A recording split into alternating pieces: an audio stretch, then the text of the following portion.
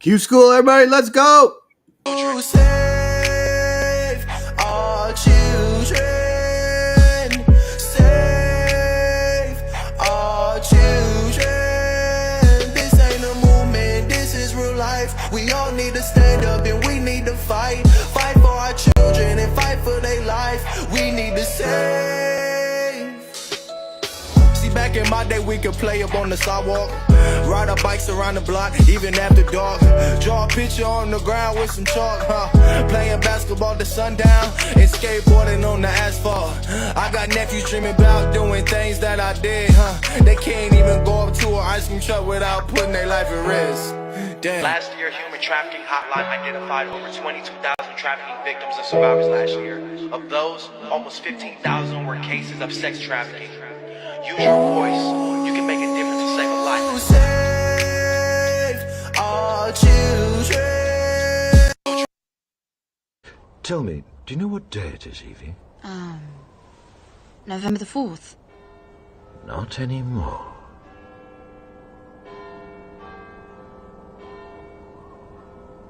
Remember the 5th of November, the gunpowder, treason, and plot. I know of no reason why the gunpowder treason should ever be forgot. First, the overture. Yes, the strings. Listen carefully, can you hear it? Now the brass. I can hear it.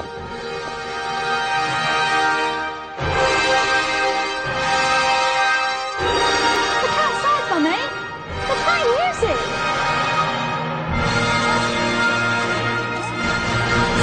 How did you do that? Wait, here comes the crescendo.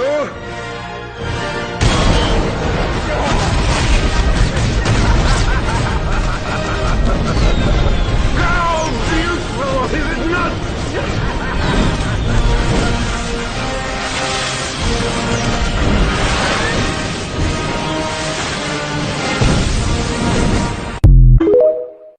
All right, just a couple little intros. Beautiful intro from Susan Calloway at the very beginning for us. Put that together, super awesome. Thank you again, Susan Calloway. Mag5 over on Rumble. Her little tag was on TikTok there. I guess she lost the account recently there. And then some friends I played on Instagram. The little remember the 5th of November. Tim wanted to play like about 20 minutes of the movie. I think that'd be super cool, but I think we'll get shut down copyright. Sometimes you can lose channels from stuff like that too. So I'll bring up something else. Maybe we can even still do Hey Don or one of those. But anyways, we're going to pop in and say hello, everybody. Tim's got the beautiful Batman shirt on. MelzieKaye's here also. Good to see you all. November 5th. Remember, 5th of November. Yeah. Yeah, 1 year anniversary from the biggest landslide election victory probably in U.S. history, other than Reagan, I guess. Reagan back in the 80s. But yeah, I remember a year ago how excited we all were, and when we, the people, started taking our power back, and we made it too big to rig, folks, even though they tried to steal another election. And of course, there's more shenanigans. We saw some of that shit happen last night, obviously, in Virginia, New Jersey, and New York. They weren't having any of it in Texas, though. Texas is holding the line. But yeah, we got a full-blown communist as a mayor in New York now. We've got an AG in Virginia that can get away with sending death threats to his opponents, threatening to kill him and his children, and he gets elected. The country's still a little bit messed up. I don't know what's wrong with some people out there with their voting habits, but yeah, it was a little frustrating to watch that unfold last night. But they are deep blue embedded zones anyway, so not to panic anything about it. We knew that Democrats were going to win that election. It would have been nice to put a little dent into 1, 2, or 3 of them, but it is what it is. We're still in the fight. We're still in the war, and we're going to remember the 5th of November as we continue fighting forward. Melzie, what do you think, sister? Can't give up now. No, we certainly can't. I mean, I listened to Trump this morning, and he talked about the shutdown and what was going on there. And he kind of alluded to, taking control of things and just getting things done. And I'm not sure what that means. The nuclear option. The nuclear I think option. that's what it means, is a nuclear option. So Filibuster. Maybe we could talk a little bit about that, and because I don't think most people, like, I don't really understand the filibuster, where that came from or why it exists, and um, you know, how do you get rid of the nuclear option? How do you get rid of the filibuster? And what is the nuclear option? What does that mean? What Trump's talking about? And so big things are happening, and it's exciting times. Like just every day, it's kind of like Trump said, boom, boom, boom, 3 times today. So Mm. maybe we could do a boom, boom, boom look up and see what that might be about too. Ooh, I like that. Yeah. Check this Boom, out. boom, boom. Check this out for the Panicans, because White Knight was in the middle of the night with us in Telegram. Just had some interesting information. But check this little nugget out in case y'all missed it. This was at Mom Donnie's little celebration party. Check out what's on the screen here. We do a little trolling. We do a little trolling. Trolling. Trump is your president. Wait till they find out. They're booing. All the Boo Warriors. Who's in control? Daddy says still in control. Daddy's in control. That's and right. Yeah, that's right. That's right. There's gonna be some other tricks up their sleeves, I think, too. Here's the Q drop. Let me show you this real quick. White Knight mentioned this specific. It's a Delta. It's a Delta for today. And I guess Whiplash also posted this. Whiplash was doing some interesting stuff last night. We should talk about that a little bit also. I'm not so familiar with him. I know Melzie probably is. I don't want her to go too far off the rails, but we'll let her maybe explain some of that. But check this out. November 5th, 2017, the very first year, Q Post 112. Important to archive. Above and next drops have high probability of shutting down poll. Okay, that's like 4chan stuff.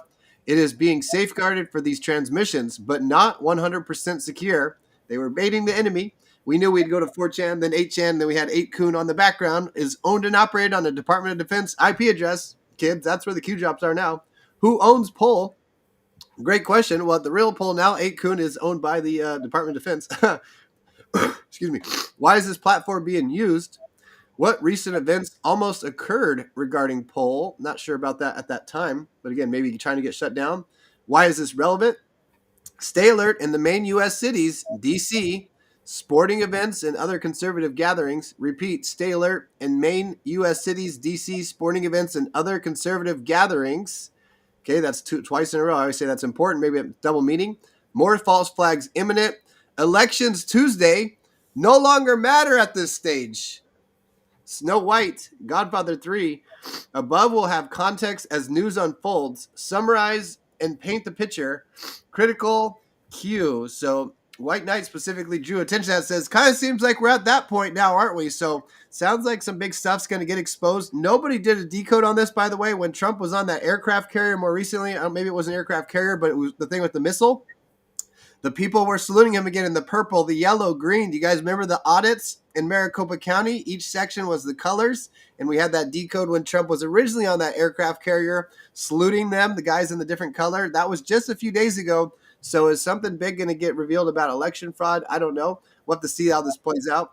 I was also saying, too, anytime situations happen where the Q family and stuff tries to be panicking and stuff about certain things, Q team comes around with some big old whopper to put everybody back in place. Like, oh yeah, this is still the plan. So we'll see how this one plays out. Again, I'm going to kind of catch up. I don't really know anything about the results. I heard Donnie won by a bunch, but I don't really know anything else. So I'd like to catch up on some of that. I have Haydon up here, Tim. I don't know what he's got on his channel, but if we needed a few minutes, so we're just kind of breaking in with you guys all to catch up with you guys and bring the show today. I don't see any numbers, Mel. Are you getting the numbers in on Rumble and stuff? I might have to hop out. I am, yeah. So we've got people coming in, and looks like we got 2 on YouTube. Spread it out there, guys, if you can. Just post it out to your channels and repost it. Would be great. Get others to see it. And then we have Hammer Time's got 27 right now, and we need some people to be watching on Facebook. So that's Come on, what we're Facebookers. doing. Let's go. Let's Yeah. go. Let's go. Yeah, that's awesome. Oh, I'm excited about your YouTube channel, Melzie. I'm glad you set it up there. Is it so you're starting to see more people, more subscribers, or whatever they call them over there? Yeah, a little bit. It's we're seeing a couple people watching, and that's exciting. If you guys want to put a shout out and type something in the live chat, that would be awesome to say hi. And we'll put your stuff up on the screen too. So yeah, like I said, just please post us out to wherever you go, and that'd be great. Get us out there. Yeah. So last night I got into a chat over. I was over on Renee's channel, Boots on the Ground, brothers and sisters. We had a wonderful time. I was up past my bedtime again as usual, and of course after that I couldn't wind down. I couldn't sleep, so I watched the entire movie V for Vendetta just Oh, wow. as an anniversary. Yeah, remember the 5th of November. And it seems like every time I rewatch it, and I've watched it at least a half a dozen times so far since I got involved in the Great Awakening movement. And every time I watch it, I get some more crumbs out of it. I get some more haha moments. It's like that makes sense. It's almost like it's mirroring the evolution or the revolution that we're all going through right now worldwide with our tyrannical governments and the infestation, the infiltration, the insurgency and such. And one of the things that I really got that really hit me hard last night, and I remember talking about it in Boots on the Ground last night, and there was a lady that kind of broke down in tears, and she's had a real tough life coming up, and she lost her son early on and things like that. So she got into quite a bit of detail, and she really thanked me for giving my analogy about the movie V for Vendetta. And what it meant for me was the fact that if you watch it closely, when he brings that girl on board, the blonde lady in the movie, and she's so fragile. She's very naive, very soft spoken, very, going with the flow kind of girl, afraid to break the rules kind of thing and stuff. And he basically, at her request, he converts her into a warrior. And he does it through a process of something that he had gone through his entire life, and even his family had gone through many, many years prior. And when she comes out of she was locked up in a cell, and it was, he made it look like it was the bad guys that were doing it. Meanwhile, it was him doing it, and he kept passing these little letters and stuff in a mouse hole. This little rat or mouse would come in and out, and there would be these little rolled up messages, and it really hit her hard. And when she came out of there, right when he finally let her out, because they were preparing from November 5th prior, when he blew up the Bailey, and he said, a year from now we're going to take care of the entire government. We're going to tear down we're going to bring the whole disease corrupt temple down on your head, basically. So anyway, almost a year later, he lets her out of the cage kind of thing, out of the jail cell or the prison cell, because he was pretending that he was the bad guy, putting her through all the pain. When she came out, she was basically on fire. She was really pissed off at him, but then all of a sudden she realized that she had changed into a warrior. And when I mentioned that in the Telegram channel last night, that lady broke down. She says, that's how I feel. That's how I feel like I've gone through my journey. I had to go through all of this pain in order to get to where I am today, to become the warrior that I am today. So God bless you, sister, if you're listening to us tonight. But yeah, it was a very touching moment last night. And that movie does have a lot of connections to everything that we've all gone through. Might be a certain person playing that main character too. We got some interesting stuff with that. So shout out to Instagram family in there popping in. Lots of guys hanging out, commenting. Thank you guys, appreciate it. I still can't see the numbers, Mel, on the other ones. That's fine though. Looks like we got the chat rock and roll and Rumble, X and stuff. I'll see how we're doing on X. Found a little thing about remember 5th of Remember. Maybe I can read that for a second, kind of teach what it's about. And if you guys have any videos on the back end, even on Rumble, if you guys have any good videos that people do, maybe about anything, or we could play Hey Don. We haven't proofed it, see what's on there, but any stuff with any videos with the other remember 5th of November stuff. Again, Tim wanted to play the movie. I think that would have been super cool, but I only wanted to play 22 minutes of it. Just I know that's enough. That where they try to maybe shut a channel down or something. So we gotta be a little careful with that one. But can we play the part though? If I find it, can we play the part where he comes on all the TVs around the world and does his message? Yeah, as long as it's a couple minute clips, and maybe I could just find them on YouTube, or if you can find them, Tim, and then put them in and we can play those for sure, but not the whole movie straight through, probably. Gotcha. But let's while we're doing that, while y'all look in the background, this article actually just came out today. I just did a little search here, so I don't know, I haven't read it yet. Why do we remember the 5th of November? So look, it just came out today. There's a picture here. What's this? Reject. Get away. Get out of my face. Okay, there's some of those guys. It's a little history of it. It started as a plot to kill a king and ended as a bonfire of myths. Sounds like our story, huh, Mel? We're going to be bonfire with all the Anons and digital soldiers. We're going to be celebrating them around the country. It's getting closer. It's getting closer than you guys realize. It's pretty cool, especially when we all have the final celebration at the big beautiful ballroom. BBB, let's go. It started as a plot to kill a king and ended as a bonfire of myths, a powder-filled anthem that still crackles through the streets every 5th of November. The famous verse and rhyme has no single credited author. It's a piece of anonymous English doggerel. Not sure what that one is. These always throwing these tough words in here. Dating from the early 17th century. What century? 17th century. Passed along in oral tradition. The earliest printed version appears around 1740, which would be the 18th century, though the tradition of reciting it during Guy Fawkes Night, Bonfire Night, goes back to at least the 1620s. It was part of nursery rhyme, part of political propaganda, a reminder to celebrate the foiling of the gunpowder plot and to despise popish conspirators in a time when religious paranoia was practically a national sport. Interesting, okay. What's the story behind the rhyme? The Fuse, a cold bastard of a night in London, 1605. The Thames, that's the river, runs thick and filthy, reflecting torchlight suspicion. This is a city marinated in paranoia, Protestant kings and Catholic plotters glaring at each other through a fog of incense and fear. Enter Guy Fawkes, soldier of the fortune, religious zealot, professional man of explosive. He's the muscle for a gang of conspirators, conspiracy theorists, who think the best way to fix England's politics is to turn Parliament into fireworks.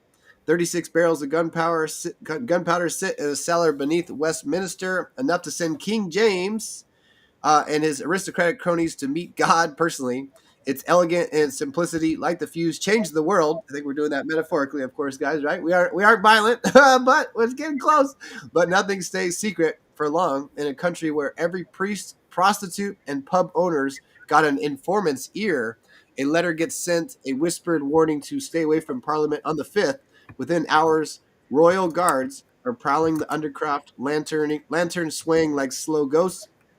There sits Fawkes, hand on the match, eyes burning with conviction. History freezes, then shatters. All right, let's see how much longer this is. Okay, it's getting close. So the interrogation. They drag him to the Tower of London, England's most exclusive torture chamber, where the king's men work with all the enthusiasm of a Renaissance dentist. They rack him until his joints sing hymns, stretch him until the truth drips out like a candle wax. That's what they do to people who speak the truth, right? They're attacked and vilified, threatened, coerced, killed, perhaps. The confession comes, written in a shaking hand that looks like it's been signed by someone else entirely. Fawkes breaks, as every man does when the machinery of the empire gets to work on the human frame. They hang him, draw and quarter him, burn what's left. Goodness gracious. But the story doesn't die. It smolders. Sounds like some of this is AI. The bonfire. From the ashes rise a national ritual. Bonfire night every November 5th. England lights up the sky in state-sanctioned catharsis. They burn effigies of Fawkes, toast the king, and pretend they're celebrating loyalty, but deep down it's something older, something wilder, a secret nod to the idea that maybe, just maybe, the bastard had a point. Beer flows, fireworks explode, kids chant the rhyme, and here's the hymn or whatever, the song. Remember, remember, the 5th of November, the gunpowder treason and plot. I know of no reason why the gunpowder treason should ever be forgot. Guy Fawkes and his companions did the scheme contrive to blow the king and Parliament all up alive. 70 barrels laid below to prove old England's overthrow. But by God's providence him they catch with a dark lantern lighting a match. A stick and a stake for King James' sake. If you won't give me one, I'll take two. The better for me and the worse for you. A rope to hang the Pope. A pen'orth of cheese to choke him, a pint of beer to wash it down, and a jolly good fire to burn him. Holla, boys, holla, boys, make the bells ring. Holla, boys, God save the king. Trump 2028. Hip, hip, hooray. Hip, hip, hooray. There's the hymn there, and a little bit more following. I'm going to take just a second here, break. Time out. Intermission of our little story about the 5th of November. Anything to add from my friends here for a second? Yeah, no, we should keep reading this, but if you need a break, I posted at the bottom of Diggers the 3-minute speech that he made on live TV when he busted into the networks, and short-circuited them and sent out that glorious message in that section of the movie. If you wanted to play that, take a break. And then, hold up a second, Kyle. It seems that we're not getting Qschqql on Facebook, and I just tried going over to X, and I can't see it as well there. So maybe let's test it before we continue on here. Are we live anywhere? I'm not seeing it. Again, my Yeah, thing's still not doing it. We are on YouTube and we are on Rumble, and so on mine we're live, but are we live on? Let's see where we're at. It looks like we're live on X. Just follow the link because it looks like it's private in on Facebook somehow. It keeps doing that to me. Like I have my account public, but it keeps making it private. So let's see what's going on there. But X is going. Looks like Facebook is still going. Looks like Facebook going. So I'll make it. I have to even hop over there each time and make it not private. Oh yeah, it's totally locked. Not even. That's like full private. What are they trying to do? What are they up to over here? We're live on X. Thank you guys. Thank you. What about Instagram? Did you pluck us out into? Instagram's going. Yep. We're good over there. Where'd I go? Facebook. Well, if Facebook doesn't work, let me know, and can we attach Telegram, my Qschqql Telegram? Yeah. It's streaming. It's just cut it off for. Ooh, Facebook might be doing this to me. Ooh, those little sons of bitches. They got it locked where it can be only me. They did something sketchy over here. What's interesting though, even though it's live, I think it would post the whole recording afterwards. Though it's just like it's blocking the people from accessing the live. And sons of bitches like that. Susan Calloway made that awesome intro, and it was still trying to block it. Usually you can have music if it's a minute or less, and hers is 59 seconds. It kept wanting to say a minute. I clicked restore audio because I said, fuck these people. But I hope that wasn't the reason that they shut it down. But they got the whole Facebook Live blocked. But it is streaming though, so that means that I'll be able to post it on the channel. We usually have maybe one or two come in, so I don't know. I think we should keep it going just in case. Yeah, let's just keep it going. I just wanted to make sure that we were live other places. No, yeah, for sure. Yeah. Okay, let's play this little clip there that Tim got for us. Is it over on Diggers, Tim? Yeah, it's right at the bottom, brother. Yeah. Okay. Perfect. Let's be perfect. There we go. And we'll see if we stay on. See if we can stay on with this one. Should be fine, hopefully. But we'll test her out. Where'd I go with this? There we go. Oh no, not this one. Here we go.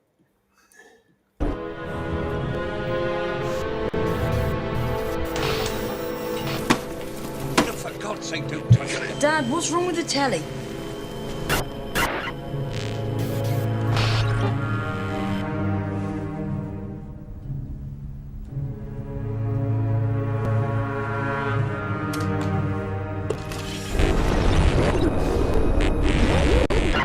Good evening, London. Allow me first to apologize for this. The emergency channel! I do, like many of you, appreciate the comforts of the everyday routine, the security of the familiar, the tranquility, repetition. Bloody hell. I enjoy them as much as any bloke. But in the spirit of commemoration, whereby those important events of the past, usually associated with someone's death or the end of some awful bloody struggle, are celebrated with a nice holiday, I thought we could mark this November the 5th, a day that is sadly no longer remembered, by taking some time out of our daily lives to sit down and have a little chat. There are, of course, those who do not want us to speak. Let me think, just let me think. I suspect even now, orders are being shouted into telephones, and men with guns will soon be on their way. It's Chancellor Sutler. Damn it! Why? Because while the truncheon may be used in lieu of conversation, words will always retain their power. Words offer the means to meaning, and for those who will listen, the enunciation of truth. And the truth is, there is something terribly wrong with this country, isn't there? You designed it, sir. You wanted it foolproof. You told me every television in London. Cruelty and injustice, intolerance and oppression. And where once you had the freedom to object, to think and speak as you saw fit, you now have censors and systems of surveillance coercing your conformity and soliciting your submission. We need cameras. How did this happen? Who's to blame? Well, certainly there are those who are more responsible than others, and they will be held accountable. But again, truth be told, if you're looking for the guilty, you need only look into a mirror. I know why you did it. I know you were afraid. Who wouldn't be? War, terror, disease. There were a myriad of problems which conspired to corrupt your reason and rob you of your common sense. Fear got the best of you, and in your panic you turned to the now High Chancellor Adam Sutler. He promised you order, he promised you peace, and all he demanded in return was your silent, obedient consent. Inspector, you're almost through. Last night, I sought to end that silence. Last night, I destroyed the Old Bailey to remind this country of what it has forgotten. More than 400 years ago, a great citizen wished to embed the 5th of November forever in our memory. His hope was to remind the world that fairness, justice, and freedom are more than words. They are perspectives. So if you've seen nothing, if the crimes of this government remain unknown to you, then I would suggest that you allow the 5th of November to pass unmarked. But if you see what I see, if you feel as I feel, and if you would seek as I seek, then I ask you to stand beside me 1 year from tonight, outside the gates of Parliament, and together we shall give them a 5th of November that shall never, ever be forgotten.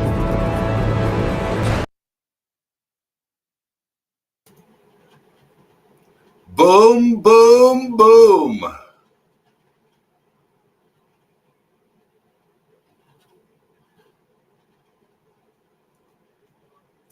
Anybody home?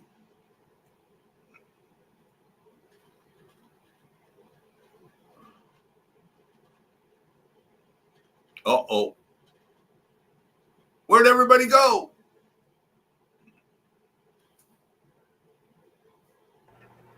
Sorry, I didn't realize it'd be over. No Just problem. wait for a second there, too. Okay, everybody's saying something about Instagram. Are we losing Instagram all of a sudden? Yeah, we lost that shit. Is that because of the clip we just played from YouTube?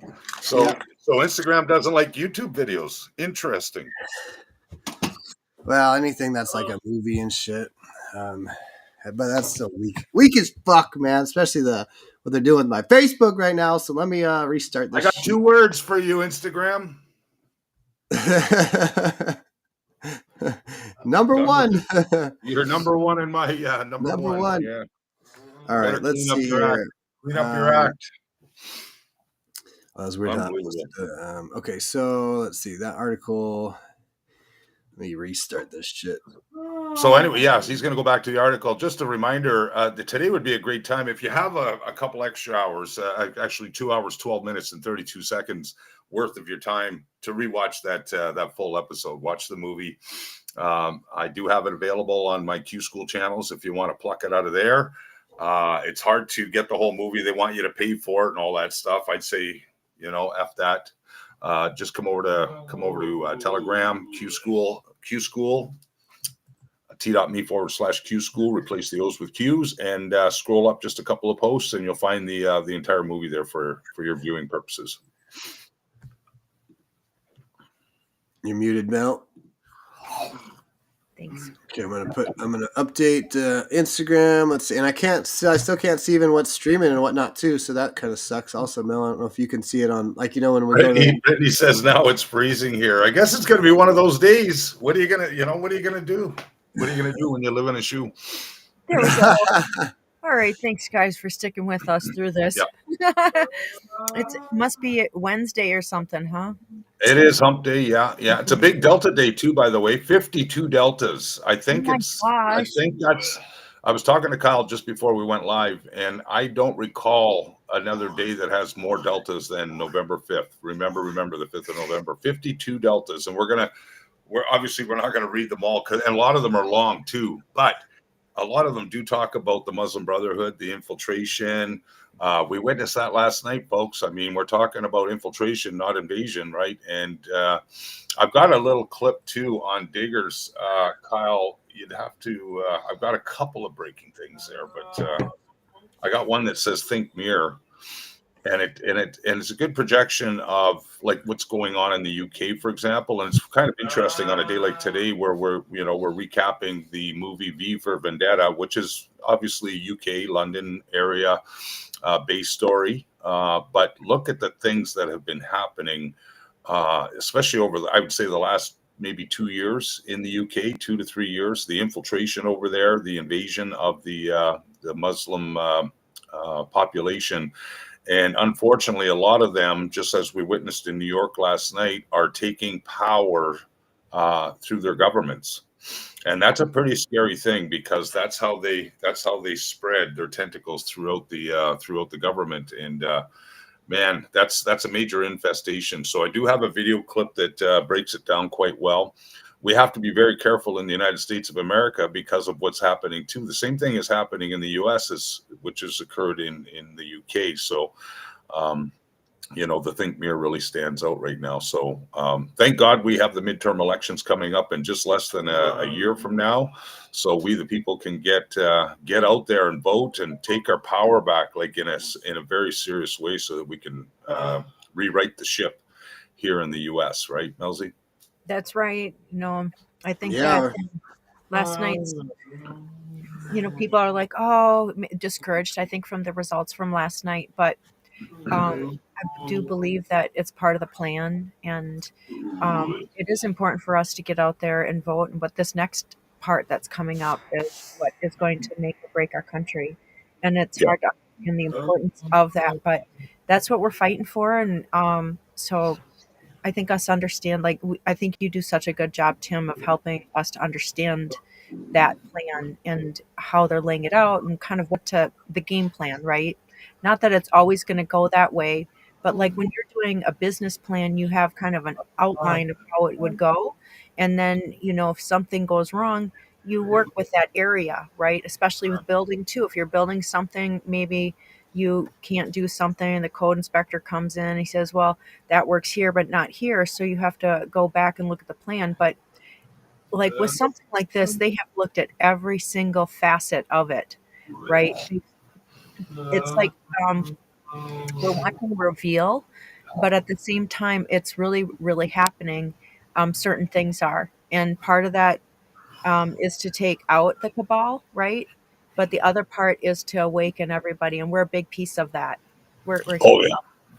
yeah. Well said, sister. Well said. Yeah. I mean, we have to stay on mission. We got to stay on course, all of us. And like I've always said, the military's doing the heavy lifting, right? They're going to take it from the top down, and we need to take it from the bottom up. So, I mean, last night was probably not a good example of we taking our power back, although they were deep blue areas where most of these elections were.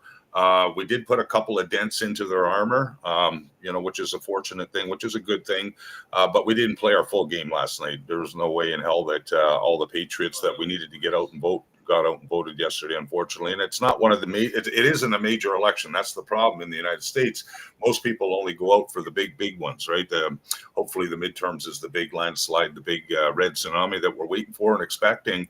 But, the federal elections are the big ones where everybody gets involved, right? These small little ones, people seem to forget about them for some reason. They don't pay attention at their local levels. And we really need to keep reminding our brothers and sisters, especially in the United States of America, to pay attention to your local elections and get involved and come in groups and droves and push hard to get as many people out to vote as possible, because that's how you start taking your power back at those local levels. General APEC says that they've been rigging New York elections for decades. Yep. And maybe they're using this, like the Dems are not going to look at election integrity or election fraud if it's on our dime, right? If it's President Trump that is saying it, they're not going to look at it. But maybe, in some of these things we're going to be seeing here, maybe that will bring up where that side of it's going to be like, hey, there's election fraud going on. We need to recall. And so that was just part of my thoughts of it. And, we'll find out. Yeah, I totally agree with you, and I think there was a lot of foreign financing going on with this Mandami, New York City. I mean, these are some of the things that are going to come out. What they did in California last night by passing that Bill 50, which allows them to gerrymander the California even further, like 5 more Democrat congressional seats, and they did that because Texas did the official recounting of their census, right? They were, by law, according to law, they were allowed to do that and restructure state based on the number of Republican voters there, and they rightfully did that. But what California did was totally against the law. And Harmy Dillon, who's on the Trump version 2 administration, she's actually investigating that right now as we speak. So what Gavin Newsom and all them did in California, and we did play that clip yesterday. Remember, Kyle, that lady that brought in the busload of people that couldn't even speak English to vote for the Prop 50? Well, it did pass last night, but maybe they just walked into another trap, just saying. So let's just pray. Yeah, and I'm almost going to go the opposite side of we need to vote harder because something's going on, right? Like, so will the military come here, or is this how can we get involved, more publicly? I know other people have put lawsuits out there, other things, the voter integrity bill, executive order. What else can we actually do besides just showing up to another election that's rigged? I mean, or do we have to have help on this one? I'm not quite sure, but I'm kind of again opposite. Let me bring up that Q post we showed, the 112. I guess I got to find it again. 1 second. But that was all the way over on Spy. While you're looking that up, I do have breaking news. Actually, it's some good news. Remember that Somalian jerk off that was running in that Muslim Omar Fateh? He lost in Minneapolis. He lost his mayoral bid today. So that's breaking news. I got that from Gateway Pundit just as we broke Qschqql. Actually, that came out. Yeah, that nut job is no longer going to be a problem in the Muslim infestation program. So a little white knight birdie last night mentioned this Q post specifically. Elections Tuesday no longer matter at this stage. What does that mean exactly? That's odd, right? We Trump, campaigned over and over again. We exposed the fraud in 2020. He campaigned over again with this massive landslide in 2024. Still shenanigans happening throughout there. And then we have this situation here. And I don't know. It kind of gives me obviously positive thoughts that he's mentioning that, because, and think about too, to play on the arrogance, right? The left is still spinning this narrative where they think there's, again, it's all that mentality where they think there's somehow a majority, there's all this support when there's not, right? The poll numbers continue to keep showing they're failing. I mean, who wants to be part of that? They hate America. I mean, the people are awake. They see that what's really happening with the shutdown. The Democrats have voted 14 plus times to not reopen it. Obviously, again, like any other election, though, when the other party is in the presidency, the other side's more motivated to vote. But this just something doesn't smell right. So what does that mean exactly? And what about this Q post to say that? Because then later on it does say your voice and your vote matters. Then it also says your voice and your vote doesn't matter at this point either, too. So it's kind of tricky. It's kind of tricky. But the fact that, one of our VIPs mentioned this post is interesting, I think. And then again, Trump was just on a ship. I don't know if it was an aircraft carrier. Maybe we can get that little clip where they're in the purple, yellow, green. That's exact colors of all the tables at the Maricopa audit. That was several years back. And it sounded like something has come out. The mainstream narrative spun it that, it didn't find fraud. In fact, it was more votes for Joe Biden, which is totally absurd. That's not what happened at all. So, but what happened to that? Kind of got brushed under the rug so that we can have those 4 years of Biden nonsense and then insert Donald Trump version 2 and showing the world how much better it could be securing the border in one day, $18+ trillion of investments, 8 ended wars, plus, all these other things happening. So what's happening now? I don't know. We're kind of trying to figure it out live on the spot with all you guys, just like even Charlie Kirk getting shot that one day. We're piecing it all together on the live on the spot with you guys. So we'll keep trying to unravel. Go ahead, Mel. It says Snow White, and then it says, which is supposed to be a computer program that the CIA had, right? Like there's 7 dwarfs, the Snow White. Yes, that's one of the answers. Yep. Yeah, and then Godfather 3, is that the Vatican, that they're trying to take down the Vatican, right? Well, yeah, Godfather. I think I recall. It's been a long time since I watched Godfather 3, but that was where the oranges came into play, and that's where they started knocking off all of the corrupt people embedded in their in the mafia. The Vatican, yeah, the Vatican, exactly. So it's kind of taking down, I would say, Godfather 3. So the Vatican has their own, like computer systems. I think it's called the Beast, and maybe it's tied into Snow White. So that was just kind of my thought. Like we're trying to read through why that, and then it says that'll make more sense as the news comes out. We'll understand that piece more too. So that's kind of exciting because that really shows how the news unlocks the Q posts, right? That they're meant to really, not just be something that we're going to go, what was that? We don't know. but that's how I always felt reading them, that we would one day know what they all meant. Right? I And then think I think even going back like 2020, the stolen election, the rigged election, stolen election, like Venice did come into play back then, and they had apparently a supercomputer called Lucifer. Do you guys recall that? It I I don't remember know the beast, but it could be Lucifer. that I think they have satellite. a satellite, like Satellite. an Yeah, eye or Maybe that's what it something. was. yeah, it's Vatican's satellite to look at the To stars, and look at the it's the stars. acronym is Lucifer. We could That's probably Yeah. look right. that one up. Looks like even X is being super weird. It won't even show me the lives. I had to like click explore, and then it popped up once, and it went away. But I saw that we had almost 200 people over there. So shout out you guys. Thank you guys. Make sure y'all hit like. Make sure you follow me if you're not. If you found us over on X, again, I can't see the live streams. I don't know what's happening out there. There's some strange stuff going on. Maybe again it's these solar activities or whatever's going on. I think Jay mentioned it, by the way. So yeah, I think you got some clips for us, Tim, over in Yeah, I Diggers. do. Yeah, if you want to head over to Diggers, and then I don't know if you want to continue reading Yeah, the there's a little movies. bit more of that. Yeah. Sure. Let me finish that. I think there's just a little bit more left of that one, so I'll do that one real quick. Hi, Mama Jer. Oh yes. I think she sent me some more art. By the way, Raymond drew these ducks. It was Durham boat Washington crossing the Delaware, and she said he drew that prior to the Q drops back in 2017. So we'll have to show some of her art if we get a chance today. By the way. I guess I'll announce it now. I haven't even told my friends. I told Mel a little bit, but I haven't got a chance to tell Tim. I'm not going to be available for the next 2 days on Qschqql, guys. Thursday, Friday. So send out the alarm. Call the friends and family. Jay Rosemary, maybe Renee, JB, anybody. I don't know. Y'all want to come help my friends? I might be able to be in on the back end a little bit, but I got to start making some moves here because White House is going to be on the move here. So the next 2 days, I probably won't be available so much to be on Qschqql, if at all. So let's start putting that call out there for all the friends to show up, if y'all don't Sounds mind. good. Yeah, we got your back, brother. Yeah, Okay, thank you. you take care of business, bro. Moves and counter moves. Moves and counter moves, indeed. Okay, so the mask, interesting connection here. Here's the mask part. 4 centuries later, another fire catches. And I can't even highlight words right now, too, so I don't know what's going on today.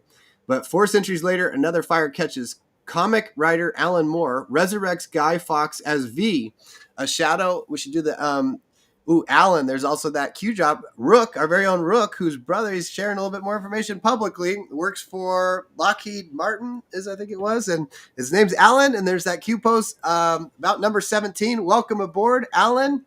I don't know. There's some interesting shit going on. That's all I'm going to say. So Alan Moore resurrects Guy Fawkes as V, a shadow in a mask fighting tyranny in a dystopian future that looks suspiciously like the present. When the Wachowskis, I believe those are the ones who also made The Matrix, right? Bring V for Vendetta to the screen, the mask becomes an icon. Anonymous, the faceless collective of hackers and rebels, digital soldiers, adopts it as their sigil. Sigil's like a symbol, symbolism, right? Symbolism will be their downfall. Symbolism will be our uprising. Think mirror also. Okay. Suddenly, Fox smirks, stares out from protests in London, Wall Street, Hong Kong. Governments see it and flinch. What began as a failed explosion becomes a living symbol, not of violence, but of resistance, anonymity, and the dangerous idea that power is only borrowed, never owned. So the man behind the mask now, Guy Fawkes, 1570 to 1606, was that 36 years? 36, interesting. Before he became an icon for Digital Age Rebellion, Guy Fawkes was just a Yorkshire boy with a flint in his soul and a flair for explosives. Born in York in 1570, he was raised Catholic in a time when that was practically an act of treason. England had torn itself in two, one half loyal to the Protestant crown, the other clinging to Rome. And young Guy grew up on the losing side of history. He joined the Spanish army in Flanders, learned the fine art of blowing things up, and returned home just in time to meet Robert Catesby, not Gatsby, the mastermind of the gunpowder plot. A bold, mad plan to turn Parliament into dust and give the throne back to Catholic monarch. Fawkes' military expertise made him the obvious choice to guard the powder. On November 5th, 1605. How many years ago has that been then? What are we at? 400 and 20 years, 420. He was on November 5th, 1605. He was discovered in the undercroft beneath the House of Lords, holding a slow match and a very bad poker face. The capture, the capture saved King James I and cemented Fox Place in history. Is this the same King James that rewrote the King James Bible? I think so. Yep, I think so. Cemented Fox Place in history. Interesting connections there too. As the villain who failed and the legend who wouldn't die. He endured days of torture in the Tower of London. His signature on his confession shrinking from strong script to desperate scrawl. This might be the mainstream narratives, spin on this to scare anybody from standing up to your fucking government. He was sentenced to be hanged, drawn, and quartered, but leapt from the gallows and broke his neck. His last act of rebellion. Thank goodness. Yeah, right. The echo. We're just talking about echoes. Remember. It isn't just a nursery rhyme. It's a ticking reminder that beneath every system of control lies a cellar full of powder and discontent. The real explosion didn't happen in 1605. It's still humming in the circuits, still flickering behind every Guy Hawk's mask in the crowd. A quiet collective reminder: you can't arrest an idea. There it is. Boom. So nice little story there. And that's how fitting and parallels what's going on today with everyone, right? We're rising up. We're standing up for rights. But this is the time we get a win. We're not going to be shot down, and we'll be remembered for the victory on this one. We'll not be martyrs. There might be martyrs along the way, as there has been. But us, we will be victorious. The light always wins. We've already won. That's the whole point of this too, is understanding that fact so we can move forward confidently and stop being controlled by fear and submitting to this bullshit system that we're no longer want to be a part of. Mm-hmm. For the some of the gematria there, Jedi and others. Thank you guys. So which clips we want to go next, Tim? I saw there's one with Trump. What's that one about? Yeah, I got a bunch of things in Diggers. If you want to dive in there, brother, dive into Diggers, and we'll bang off all of them, and we can hit the deltas anytime you're ready. I said, there's a lot to choose from today. 52 of them, so we'll let you pick away at those ones too. Okay. And Archangel Michael poses on the 5th of November also. Hey, nice. Man. We showed Raymond, Momager's son Raymond's art yesterday of Archangel Michael. QJOP 109 is November 5th. Archangel Michael. Day ahead of schedule. He was a day ahead of schedule. That was a day ahead. We're time traveling again. Some weird stuff going on with the time stuff also as well for everybody. So we'll see how she plays out. It's 11-11 for me right now. That's interesting. And let's go. And I got the message because Momager just sent me a message. Thank you. I'll check it out here in a second. Okay, so which video you want to play first, Tim?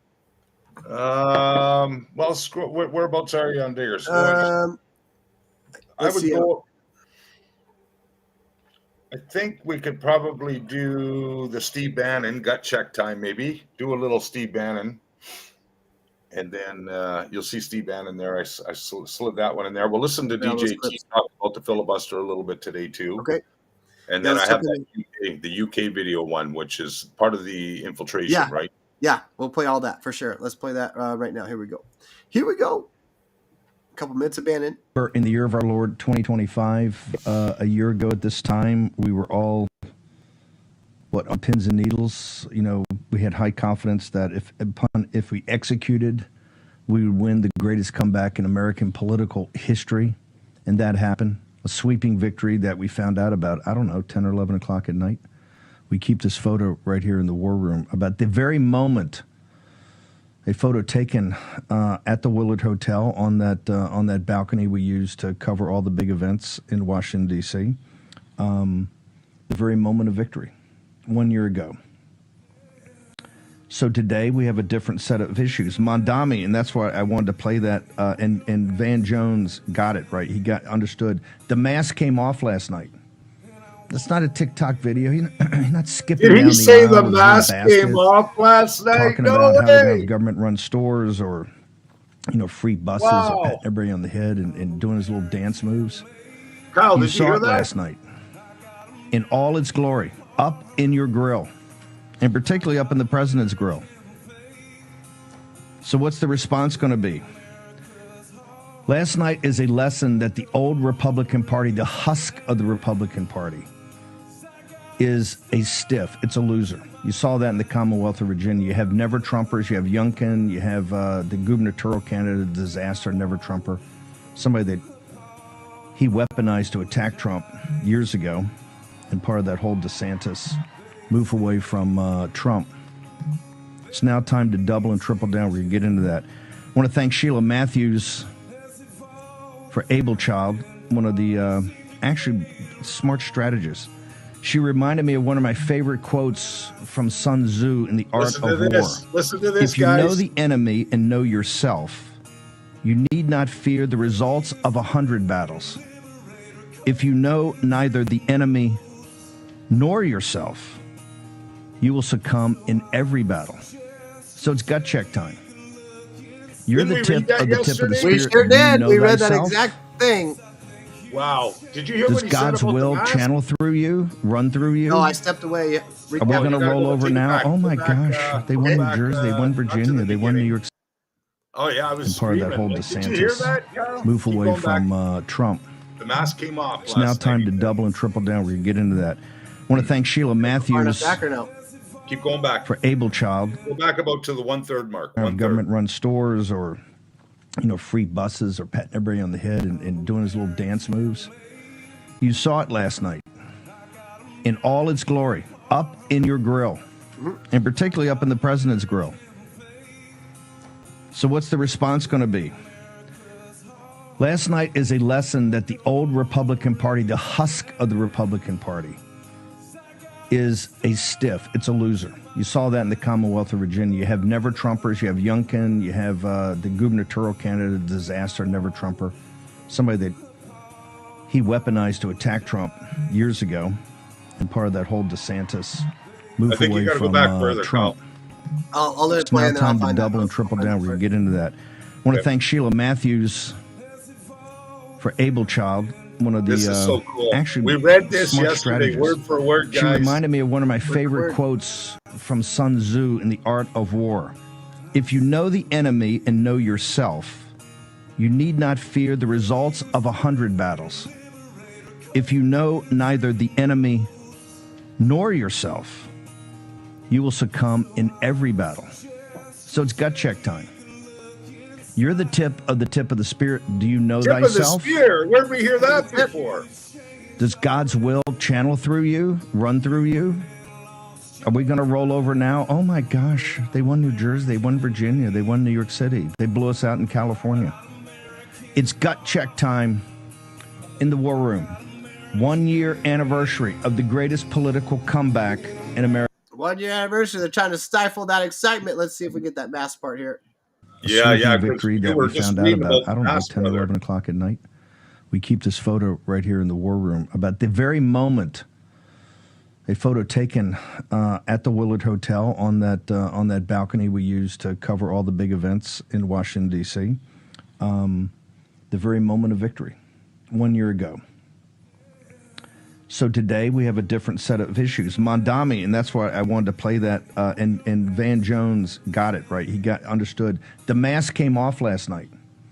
That's not a TikTok video. There it is. The mask The came off last night. off. The mask came off. I just finished reading it. We also read that verse from the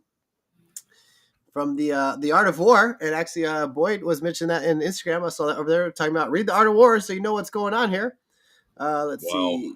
And then he says tip of the spear, right? Think of Tip that. of the tip of the spear. Absolutely. Yep, for sure. Definitely. Wow. Wow. Thanks, Steve Bannon. War Room. God bless you, man. Yeah, that was freaking awesome. So underneath, I've got the infiltration, not invasion, quick TikTok video for you from the UK, just to give you an example of what possibly could have happened in this country if the Patriots hadn't waken up to all the I got UK friends watching the live stream also. Shout out to Lois. I can't remember with her handle, and then Freedom Fighter 1747, I think, also on Instagram. Some good friends. The mayor of London is a Muslim. Okay. The mayor of Birmingham is a Muslim. The mayor of Oxford is a Muslim. The mayor of Tower Hamlets is a Muslim. The mayor of Newham is a Muslim. The mayor of Sheffield is a Muslim. The mayor of Rochdale is a Muslim. All of this was achieved by only 4 million Muslims out of the 68 million people in United Kingdom. Today, in England, there are over 2,000 mosques. There are over 100 Sharia courts in England, and there are more than 50 Sharia councils. 70% of Muslim women do not work and receive state support and free accommodation. 63% of Muslims do not work and receive state support and free housing. Every school in the UK is required to teach about Islam. The #1 most common baby name in England is Mohammed. This is not immigration, this is invasion. Islam is the UK's second largest religions. Most British Muslims are young and under 19. Muslims constitute 15% of Greater London's population, totaling 1.3 million people. Wow. Yeah. Yeah, and what's interesting is, like last night, of course, I was blowing up the internet last night watching the lecture. I watched Real America's Voice till midnight, and then I jumped into the Telegram chats. But one thing that refreshed my memory and my mind, and what made me think about was that excellent show we did. Was it on Thursday or Friday, Mel, where we did the Muslim Brotherhood infiltration episode? So what I did is I rebooted that one out, and I told everybody to rewatch it or watch it if you haven't watched it yet, because we did a massive decode and description of the Muslim Brotherhood infiltration within the United States of America and other parts of the world, for that matter. So, was it Friday or Thursday show? I think it was Friday, wasn't it? Which one? Wednesday, the Muslim Brotherhood. Yeah, maybe bring it up on Yeah, the because that was after the Clinton episode. We did Clinton on Thursday. What you want to bring up? The episode? Yeah, show everybody on Melzie's Rumble channel, the Hammer Time channel. Yeah, just so you guys know where to find it, how to get there, and definitely rewatch it, because last night was kind of a wake up call or a reminder of this is part of the infiltration right here, not invasion. Yeah. So rumble.com, search Hammer Time. It's finally popping the channel back up for me. I did that. It wasn't doing that for a while. It's the long one there. Hammer Time, Rapid Fire Q News. We got the Q military patch. Right there, there's all of our freaking awesome episodes we've been rocking and rolling with. We got to update that name here on this one, too, although it is kind of cool. It's still the greatest show on earth. This was our Saturday night special, Mr. Saturday Night. Melzie joined us for a while. We had Jay Rosemary in there, General Apex, some other good friends on there. Oh, yeah, that was fun. Muslim Brotherhood right here on the 31st, Friday the 31st, 5 days ago. It's all a big blur to us mostly, but there's the episode. Make sure y'all get over there. Oops, I haven't liked it yet. Make sure y'all hit like on those episodes. All of our episodes, you get a chance. Make sure y'all follow the Rumble channel wherever you're watching from, if you don't mind. Help us. Actually, go out and follow all of them if you can. Like, all our channels, go out to all of them and give them a thumbs up.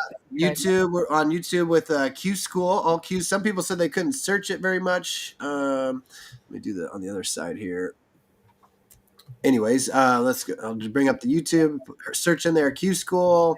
On the X account, Quantum Healer 17. Let me go on here real quick. X.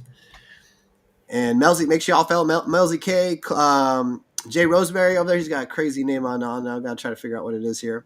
But let's see. Here we are. Again, if you search me, Undercover White Hat, and Blue Checkmark Clown with the other Undercover White Hat, but it's at Quantum Healer 17. But if you search Undercover White Hat, it should pop up there.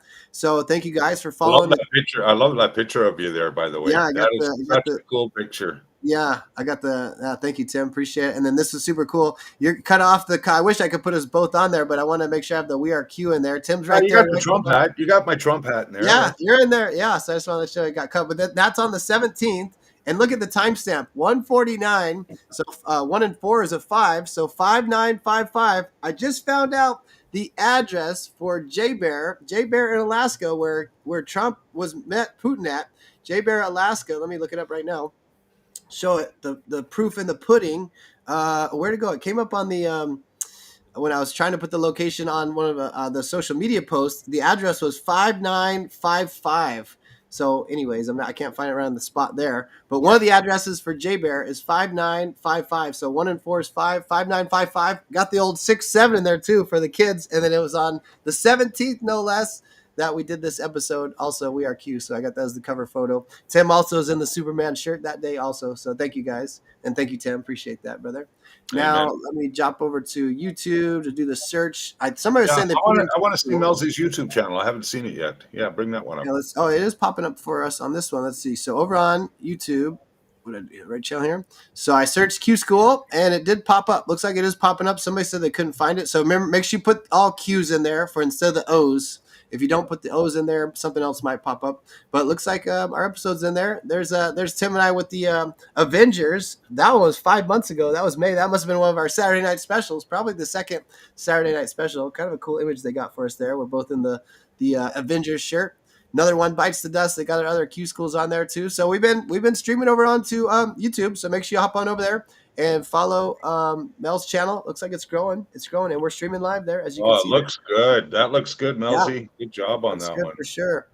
Awesome. And I know it was Oh, at you like gotta 70, change. so we've gained 37 some odd She's followers. got to change your heading though. Go up to the heading. You've got Yeah. October 8th in there. You got to take that out of there. That's Oh all. yeah, I know. Well, I just it's put it in a there photo. as a placer at the time, Yeah, and it's I a cover intended to photo. go back, and then I just Yeah. haven't gotten back. This is So cool, that's though. Yeah. it's homework. That's my homework. Yeah. Q school homework. We showed Rumble. We showed X. For some reason, my Facebook is private right now. I don't know what's going on with that. Where else we at? Let's show Tim's Telegram real quick. We haven't done that in a while. I'll just pop over here. We're gonna do a Qschql. So over here on Telegram, t.me. Here's the Telegram channel. Qschql again, all Q's in there, and then so it's just t.me Qschql with all Q's instead of O's right there. There's our Telegram channel where we will be streaming the live stream over there. Sometimes if we have that available, we only have 5 places we can beam out right now. So if one of us is blocked, hopefully it didn't get blocked again on Instagram. I see nobody watching over on Instagram. Did it get frozen again? That's just weird to me. Like, why would that? They're just fucking with us. They're fucking with us. So maybe we will stream to Telegram if they stop my Instagram again. I hate to give in to the thieving rascals, but if they're gonna stop it twice, maybe it's meant to be. We're supposed to be over on Telegram. Right. So somebody want to double check in the chat if my Instagram's got kicked off again. Looks like it did. I just want to verify. Thank you, Jay, for subscribing on YouTube. And again, shout out to any of the friends that want to come help out. I think I gotta be gone the next 2 days here. Getting ready to make some big moves here. So anyways, anybody wants to come help out the family, help out the Qschql family, y'all welcome. We've been wanting to have some guests on anyways. We love having you guys. And that's the whole part. That was really what Qschql was original days too, right? Tim was like, one falls, another one stands up, and we all pick each other up. So it'll be fun to have some different friends in here next couple days, and I'll try to pop in if I can. But I got to do a lot of shit here. Yeah, you take care of it. Melzie and I got you. We got this, Melzie. Actually, we had a really good show about a month ago when I was still out at the trailer. We had a lot of fun that day. We brought up Mr. Truth Bomb a lot, talked a lot about different things in the movement, and yeah, that'll be fun. I'm looking forward to working with my sister Melzie tomorrow and whoever else happens to jump on with us. I've got some more breaking news and diggers too. Speaking of infiltration in Minnesota, so one fell. You just mentioned one falls, another rises. Well, that Mariel, how do you say it? Bowser, Mariel Bowser. The mayor's race in Minnesota. Oh. You had that Somalian jerk off. He lost his ticket, but like he fell, but another rose. And look at this: Minnesota Democrat state legislature, who declared she was an illegal alien, wins the mayoral election. You can't make this up. No man. way. Yeah, No way. Bring it up. Gateway pundit. How's that even legal? How's that even legal? Exactly. You got to shake your head at this shit. It's like, how? First of all, how do they get on the ticket if they're an illegal alien? Number one, right? Secondly, how do the illegal aliens even get a chance to vote? Well, because there's no voter ID right now. We need the voter ID. This is nuts. So stupid, bro. It's like we're a third world country for real. This is so stupid. So there it is. Yeah. She declared it herself. Yep. Just like, again, them telling us who they are. Minnesota Democrat state legislator who declared she was an illegal alien wins the mayoral election. Gateway pundit, I don't know if that's the person that wrote it. What's her name? Democrat state legislator. Let's check out this article for just a quick second. So here's Gateway pundit. It's got some good information right there, right? November 5th. Okay, state legislator who declares she was an illegal alien wins the mayoral election. Can't even say the name. Rep. Kaoli Vang. Vang, love you long time. Is that her last name? Delivers a speech claiming she's an illegal alien. You guys, I used to live I'm from Wisconsin, and so Minnesota was about 90 miles, Minneapolis about 90 miles east. And when I was little, they had a lot of Hmong. So she's probably Hmong, I'm thinking. Mm-hmm. So there might be, like, I don't know how the story is, but this is a weird one, that she's... Yeah. I think all this has to keep getting exposed, but it's like, how much exposing, what are we not doing on the civilian side to prevent these kinds of things? Like, but, what are we missing? They might present someone that's Hmong instead of, like the Somali or someone that's Right. illegal, because it'll be a softer blow to that community being like, oh, they've been with us for years and see, like whatever. I'm just wondering, like what she says, my father, as one of the processing the paper, put my grandmother down as his mother. Yeah, let me read this for a Different. second. This is not like, George Soros. Yeah, go ahead. But you know what I mean? Like I think it's a softball, a soft throw, like to get people to say, see, this is why illegal aliens are okay. You see what I'm saying? And go ahead and read it. Okay. No, thanks for that synopsis. So we'll go into this. So, a Democrat, this is from the Gateway Pundit, a Democrat state legislator who previously claimed to be an illegal migrant won a mayoral election. Democrat state rep Kaoli Vang Hare, I guess that must be her last name, her hair, prevailed in an upset Tuesday night in St. Paul, that's capital, mayoral elections, capital of Minnesota, defeating incumbent, that's not easy to do, incumbent Democrat Mayor Melvin Carter after second choice votes. Oh God, I can't stand that. The ranked choice voting thing is wackadoodle to the nth degree.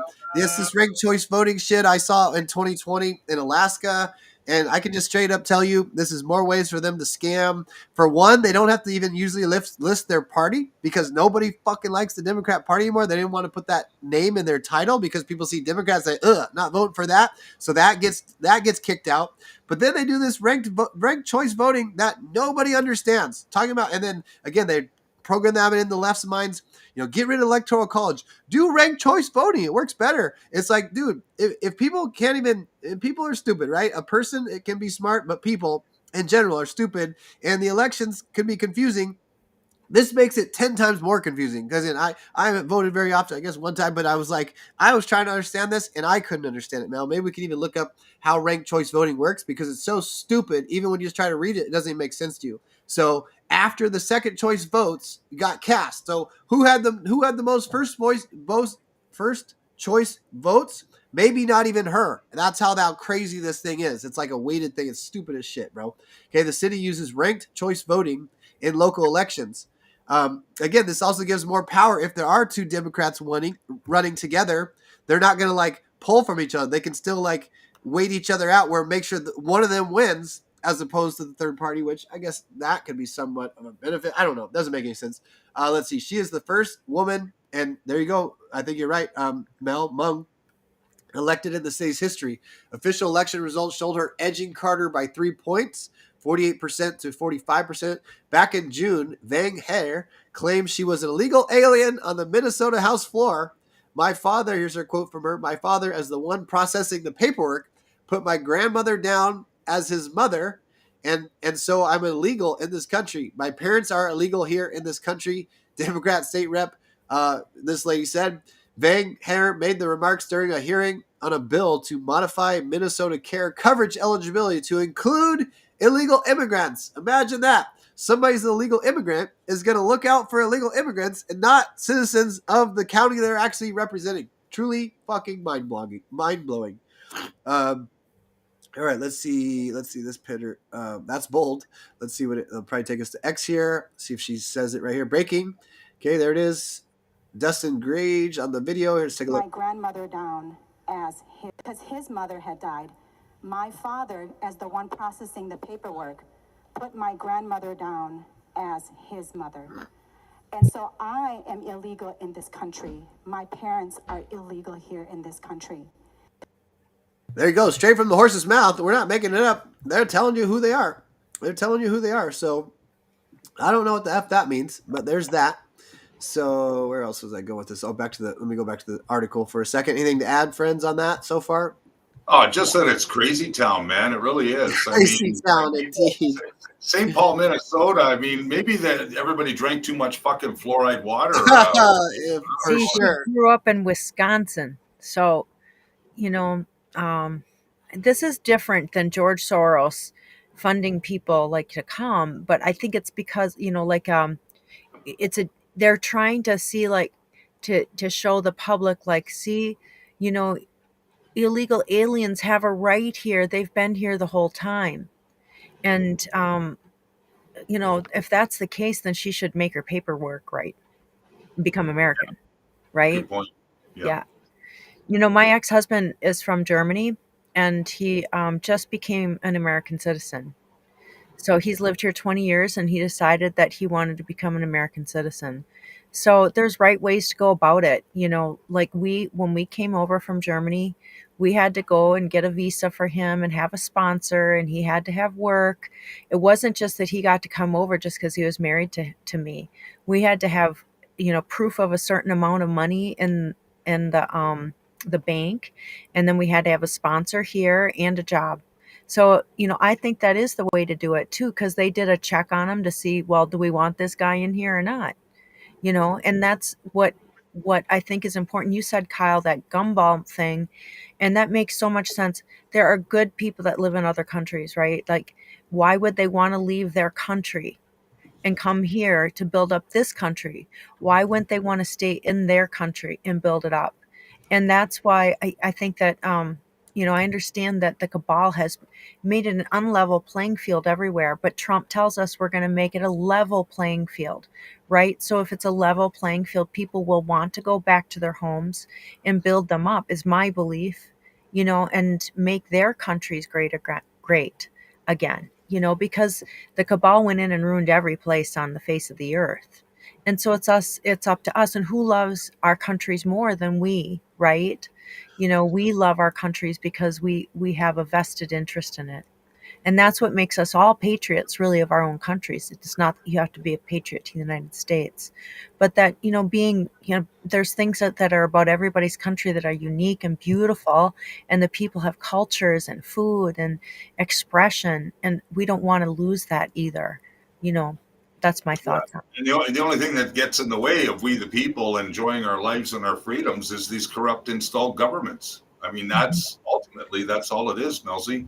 So I mean, it is a simple process if you think about eliminating the corruption. If we can get rid of the globalists, get rid of the psychopaths, get rid of the regimes, the installed regimes, right? All the puppets, the global puppets we call them.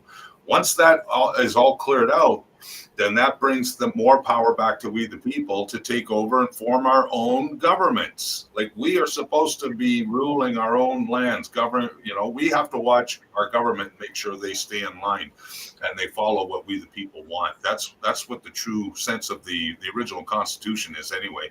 And I think all countries around the world should live by that. Not communism. Communism doesn't work. The history of it doesn't work. It does not work anywhere. It's just been fucking terrible. Like, oh my What goodness. Like, works is we're living in community and unity.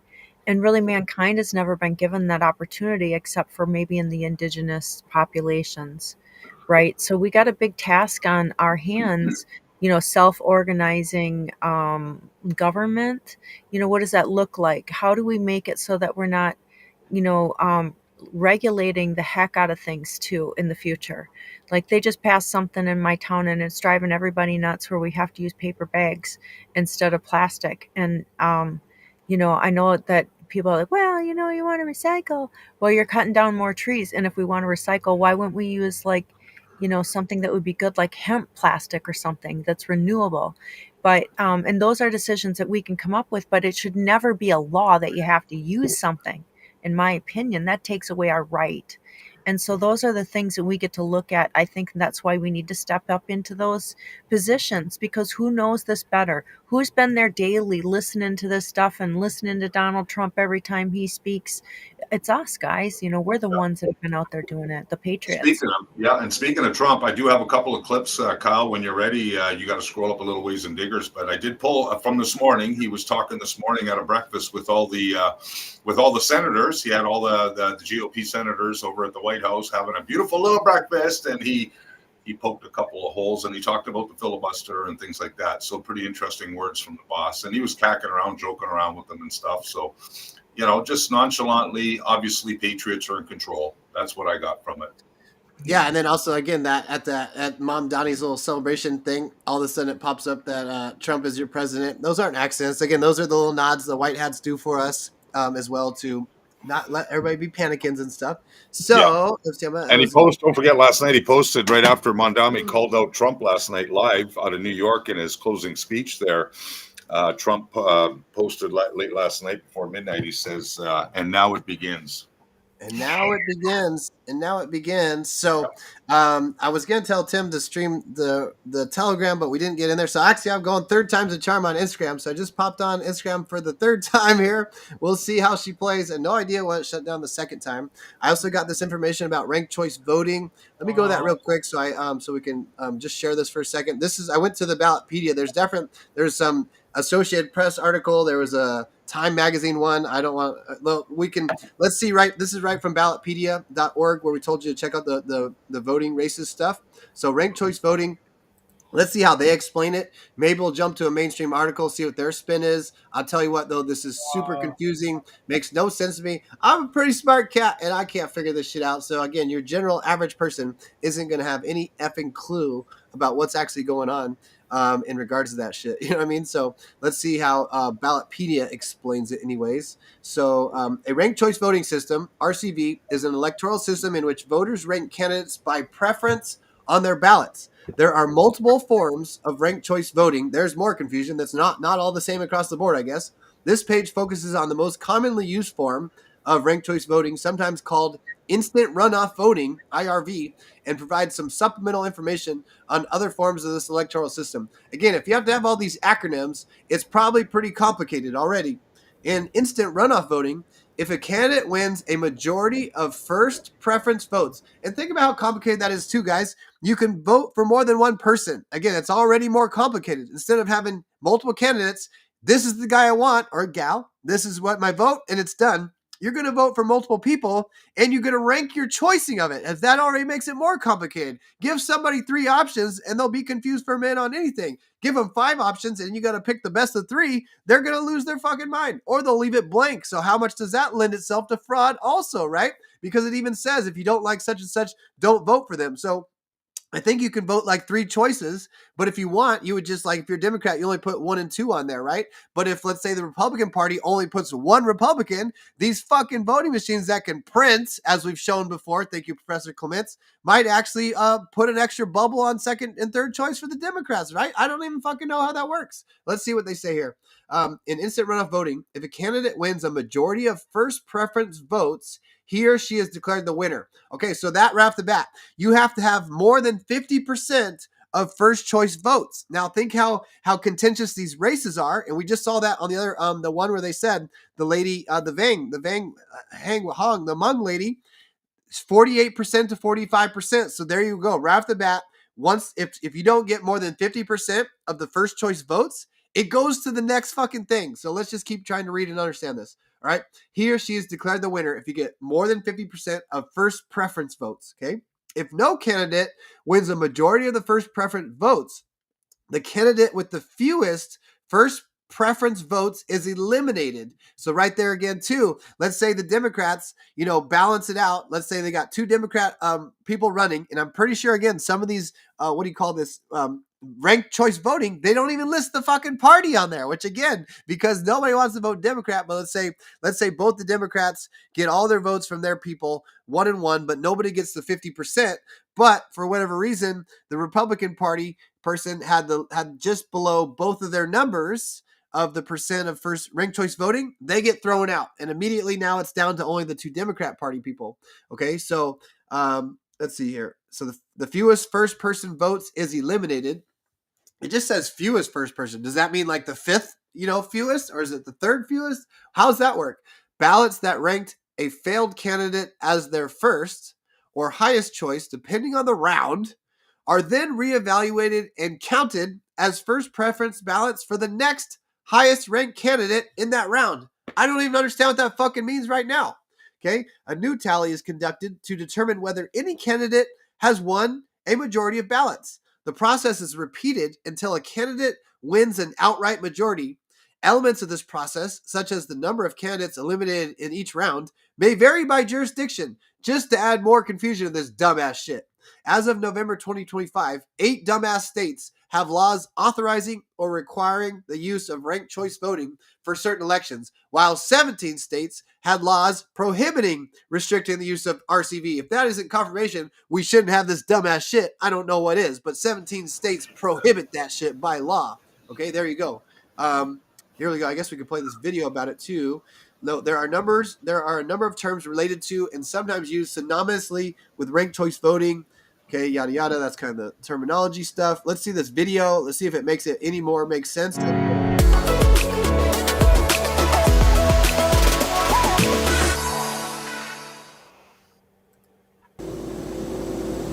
Hi there, my name is Madison Adkins and I am on the news team here at Ballotpedia, and today we are going to be talking about ranked choice voting. So first off, let's talk about what ranked choice voting is not. Not to judge, but let's have a libtard explain this dumbass shit, why don't we? Because there are a few different voting systems across the United States. The most common is called plurality voting, or first past the post. It just requires the candidate to get the most votes, but not necessarily a majority of the votes, to win an election. Then there are those voting systems that do require candidates to receive a majority of the votes to win. And these usually involve runoff elections, such as Georgia's runoff system or Louisiana's jungle primary. And then we have ranked choice voting, which requires a candidate to win a majority of ranked tabulated votes in order to win an election, but it doesn't require 2 elections. Under ranked choice voting, which is also known as instant runoff voting, a voter can select multiple candidates in order of their preference. So they can have their first choice, their second choice, their third choice, and so on. And if a candidate wins the majority of those first choice votes, which would be 50% plus 1 of those votes, they would win the election outright. And if there's no majority, then the candidate who did the worst is eliminated, and their votes are redistributed to their voters' second choice. And this process goes on and on until one candidate receives a majority. So who's using ranked choice voting? Well, there are 2 states, Maine and Alaska, who have enacted state ranked choice voting for their state elections. And at the local level, 32 jurisdictions in 15 states have approved at least some form of ranked choice voting. Maine voters adopted a ballot initiative in 2016 that approved ranked choice voting, and in 2019 the state expanded ranked choice voting to include the presidential election. In the same year, 2019, New York City voters approved ranked choice voting, and in 2020 it was approved for use in Alaska. Most recently, voters in Burlington, Vermont adopted ranked choice voting. They had used it previously, but they had repealed it in 2010, and now it's back. Primary elections and general elections, though, can use different voting systems. So in New York City, they use ranked choice voting for their primary or special elections, but they use a plurality voting system for their general elections. And in Alaska, they use ranked choice voting for their general elections, but their primaries use a new top 4 system, which is similar to California and Washington's top 2 primary system. All candidates run in the same primary regardless of their party affiliation. The top 4 vote getters will move on to the general, and then Alaska voters will rank them to decide who wins the general election. And currently, there is a proposal in Wisconsin to create a top 5 primary with a ranked choice voting system in the general. Now, if you want to learn more about ranked choice voting and all of the electoral systems used across the country, visit ballotpedia.org. Thanks for watching. Well, she just spent 3 minutes, and I didn't understand any of that shit. We got ranked choice, we got whatever choice. It still didn't make no sense. Again, how many people can you vote? Can you do 2? You have to do 2 or 3, or there 4? And then it keeps going to multiple systems. So if there's 5 candidates on there, and 2 people, again, nobody gets more than 50% of their first choice ballot. The 5th, the lowest voted person gets eliminated. They go back now, and they just throw out all that person's votes and redo the count of first choice ballots, not even counting that 5th candidate now, and see if anybody gets to 50%. If nobody does, they do it again. Now that 4th candidate gets kicked out. They retally again, not using the 4th or 5th person, and they do. Now we're down to 3. Did it? And then finally a candidate gets 51% of majority. Congratulations, you're the winner now. Makes no fucking sense. Like, again, do you vote 3 people? If you like, how, like, it's the stupidest shit I've ever seen. Now I kind of want to see what like the mainstream narrative spin on it. Let's go to Time Magazine. It's the first thing that popped up when I searched for that was Ballotpedia, by the way, trying to explain it to you. I didn't understand it. Can y'all want to anybody in the comment section? Are you understanding it? I don't know. Let's see what this mainstream article Time says about it. Let you know how the spin is. Like Tim always says, think mirror, right? When the mainstream media tells you somebody's good, they're probably the opposite. If they tell you somebody's bad, it's probably the opposite. So let's hear let's see what Time Magazine, the one that never put Melania Trump on a cover ever, the one that has all these horrible images of Donald Trump. Let's see what they think about ranked choice voting. New York City voters just adopted ranked choice voting in elections. Here's how it works. That already tells you it's a dumbass idea because they just voted a fucking communist in New York City. So they're fucking lost the plot all the way. So let's see here. Basketball poll worker explains the voting process to a voter at public school polling location. Kind of right on his shoulder. Oh, here, vote for this Democrat. Make sure you vote this other Democrat choice too. Don't put anything else. Let me coach you through this thing because it's so fucking confusing. All right, New York City voted on Tuesday to change the way it determines election winners. By the way, nobody would ever vote for this shit, but the mainstream narrative, the mainstream will spin this fucking narrative that this shit is better for voting, so people say yes to it, or it was rigged in the election to allow this kind of shit in the first place, right? So let's keep seeing how this article goes. So New York City voted on Tuesday to change the way it determines election winners with approval from more than 73% of voters. No way that happened. The Big Apple joins Maine and countries including Australia, which they have all kinds of shit going on, and New Zealand in adopting what's known as ranked choice voting. Australia, even how that happened in Alaska too, by the way, guys. Any remote location that is isolated or small towns is literally how the cabal does their test run on things, right? We saw it in Hawaii with the COVID thing. They were literally blocking people from crossing on the other side of the island if you didn't have your fucking papers, literally Nazi type shit, right? And then Australia, same thing. They've lost their guns a long time ago. They can't do shit to their government. So this is a great example. This is already not a good idea. If fucking Australia, no offense to all of our beautiful Australian friends, if Australia's doing this shit, it's probably done. Less popular. See how they use these keywords? Again, remember, this is Time Magazine. The enemy of the people, this is their spin on the ranked choice voting, which I still don't understand, and we just watched a 3-minute video of somebody trying to explain it to us from ballotpedia.org, no less. This popular, electoral system allows voters to rank candidates by preference, meaning they can submit ballots that list not only their first choice candidate for a position, but also their second, third, and so on. Again, so what happens if somebody puts 5 choices, but another one just does 2 choices? How does that fucking work? Nobody knows, but let's keep trying to learn. Okay, ranked choice voting advocates, including Democrat presidential candidate Andrew Yang, shocker, who has championed it as his key policy initiative, because again, Democrats can't fucking win elections regularly. They got to put some bullshit in there if they're not going to be able to get away with the eliminating the electoral college, which is a foundation of our fucking constitutional republic that our founding fathers put in place to give everybody a voice. Say it could help prevent even more polarized election campaigns. Sure. Increase the number of women and minority candidates running in for office. Why? How does that have any difference? And reduce negative campaigning. Again, I'm pretty sure because a lot of them, you don't actually list your party anymore on this ranked choice voting bullshit. Critics say that the new system could make elections much more complicated for voters and be abused by parties trying to game the system. There they are telling us right in front and center what there really is. And this is 100% how it is. In addition to Maine, which has adopted the system statewide, several states are experimenting with ranked choice voting. Alaska, Hawaii, see again, these isolated locations, Kansas and Wyoming, plan to use ranked choice voting for voters in 2020. So this article is from 2020, though. Democratic primaries and Nevada plans to use it for early voters. Holy early voters. How does that fucking make sense? In their 2020 Democratic caucuses, according to Fair Vote, a nonpartisan group. Yeah, election reform. Mugshots, gotta love that. We are really settling on ranked choice voting as the most promising reform to democratize and depolarize our politics, says Larry Diamond Asshole, the former director of Stanford. There's your cabal straight center of the cabal, Stanford, Center of Democracy, Development, and the Rule of Law. And if we know anything about how the left operates, anything in their title is the exact opposite of what they actually stand by. Quote, I think it's not only here to stay, but that it's gaining support across the country. You see how they put this spin out there? They're telling their fucking retarded readers that this is the norm. This is what everybody wants. That's that psychological thing, right? Everybody wants to be part of the majority. Look, it's gaining support across the country, and it's going to be the norm. No, the fuck it isn't. Here's what to know about ranked choice voting. Here's what to know. I love how the mainstream articles always say that. Here's what to know. Let us tell you.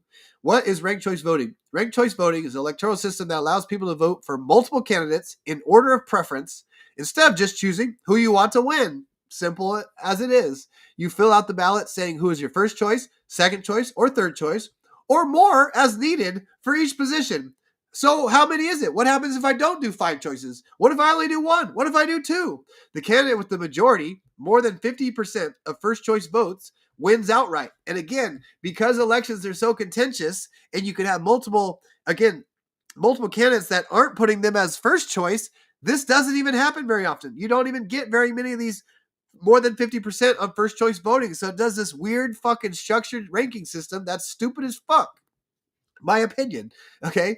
Okay. So the candidate with the majority of first choice votes wins outright. If no candidate gets a majority of first choice votes, then it triggers a new counting process.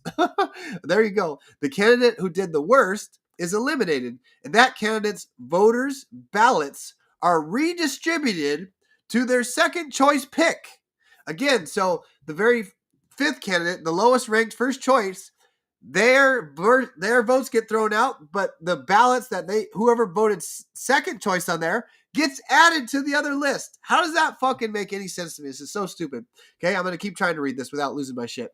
Okay, in other words, if you ranked a losing candidate as your first choice and the candidate is eliminated, then your vote still counts. It just moves to your second choice candidate. Your vote always still counts when you vote for one person. It still counts. You just didn't win. It's that fucking simple.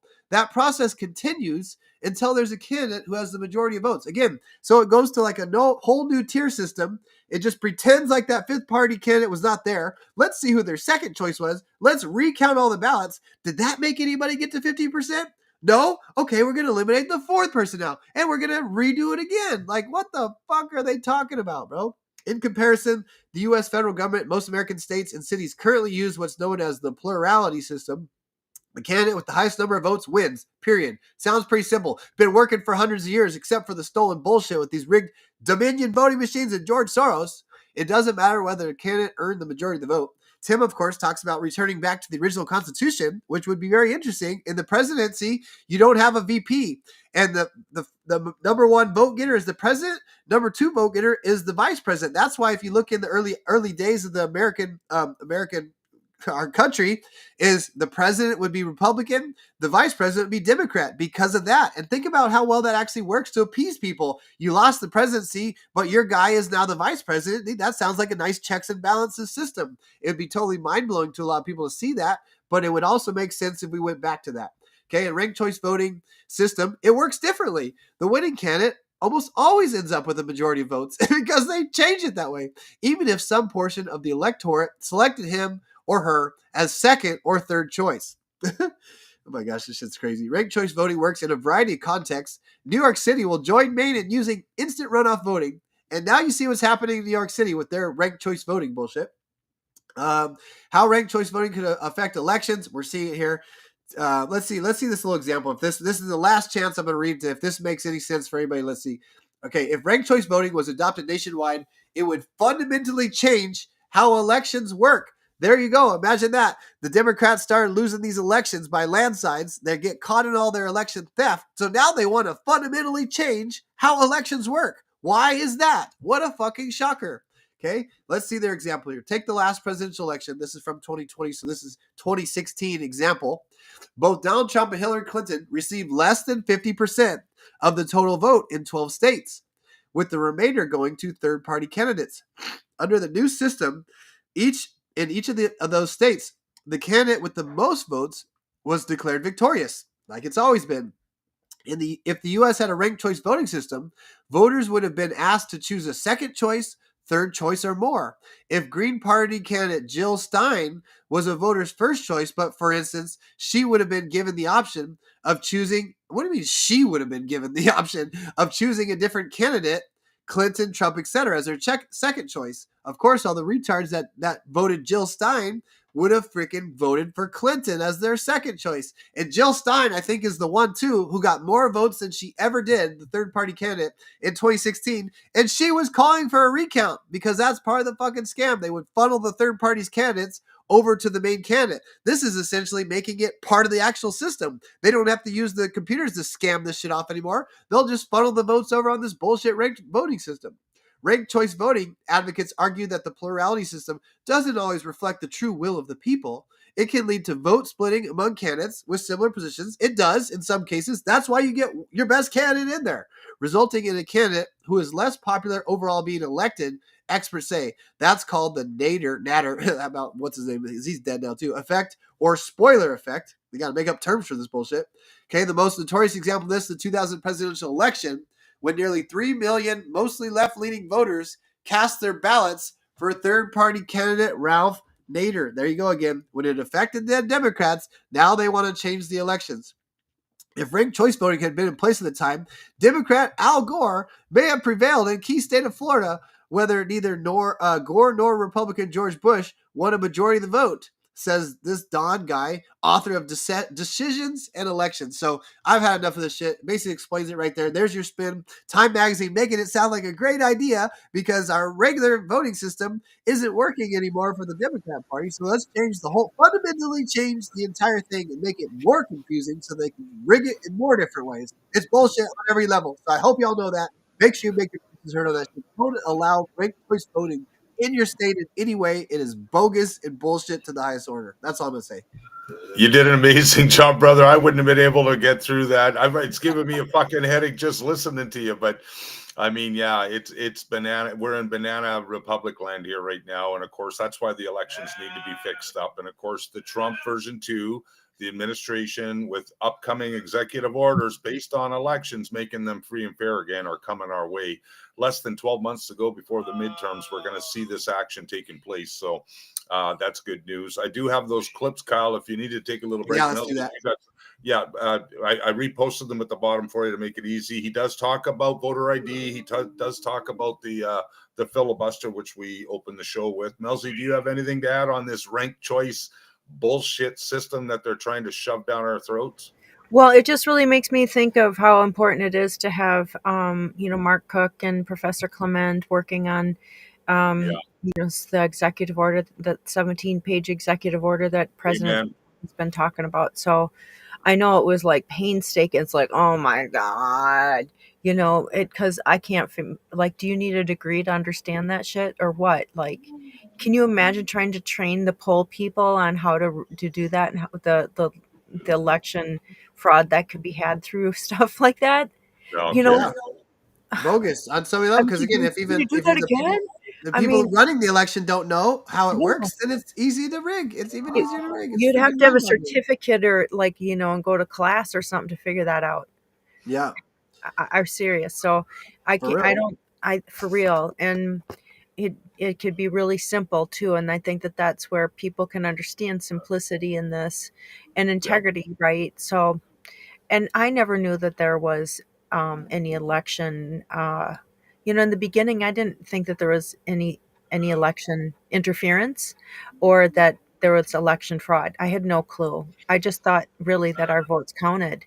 I didn't know, and that's why we needed 2020 to happen, sister. That's why we needed the rug pull. We needed red pill Joe Biden in there. The White House sure did. As painful as a suppository as he was, we needed him.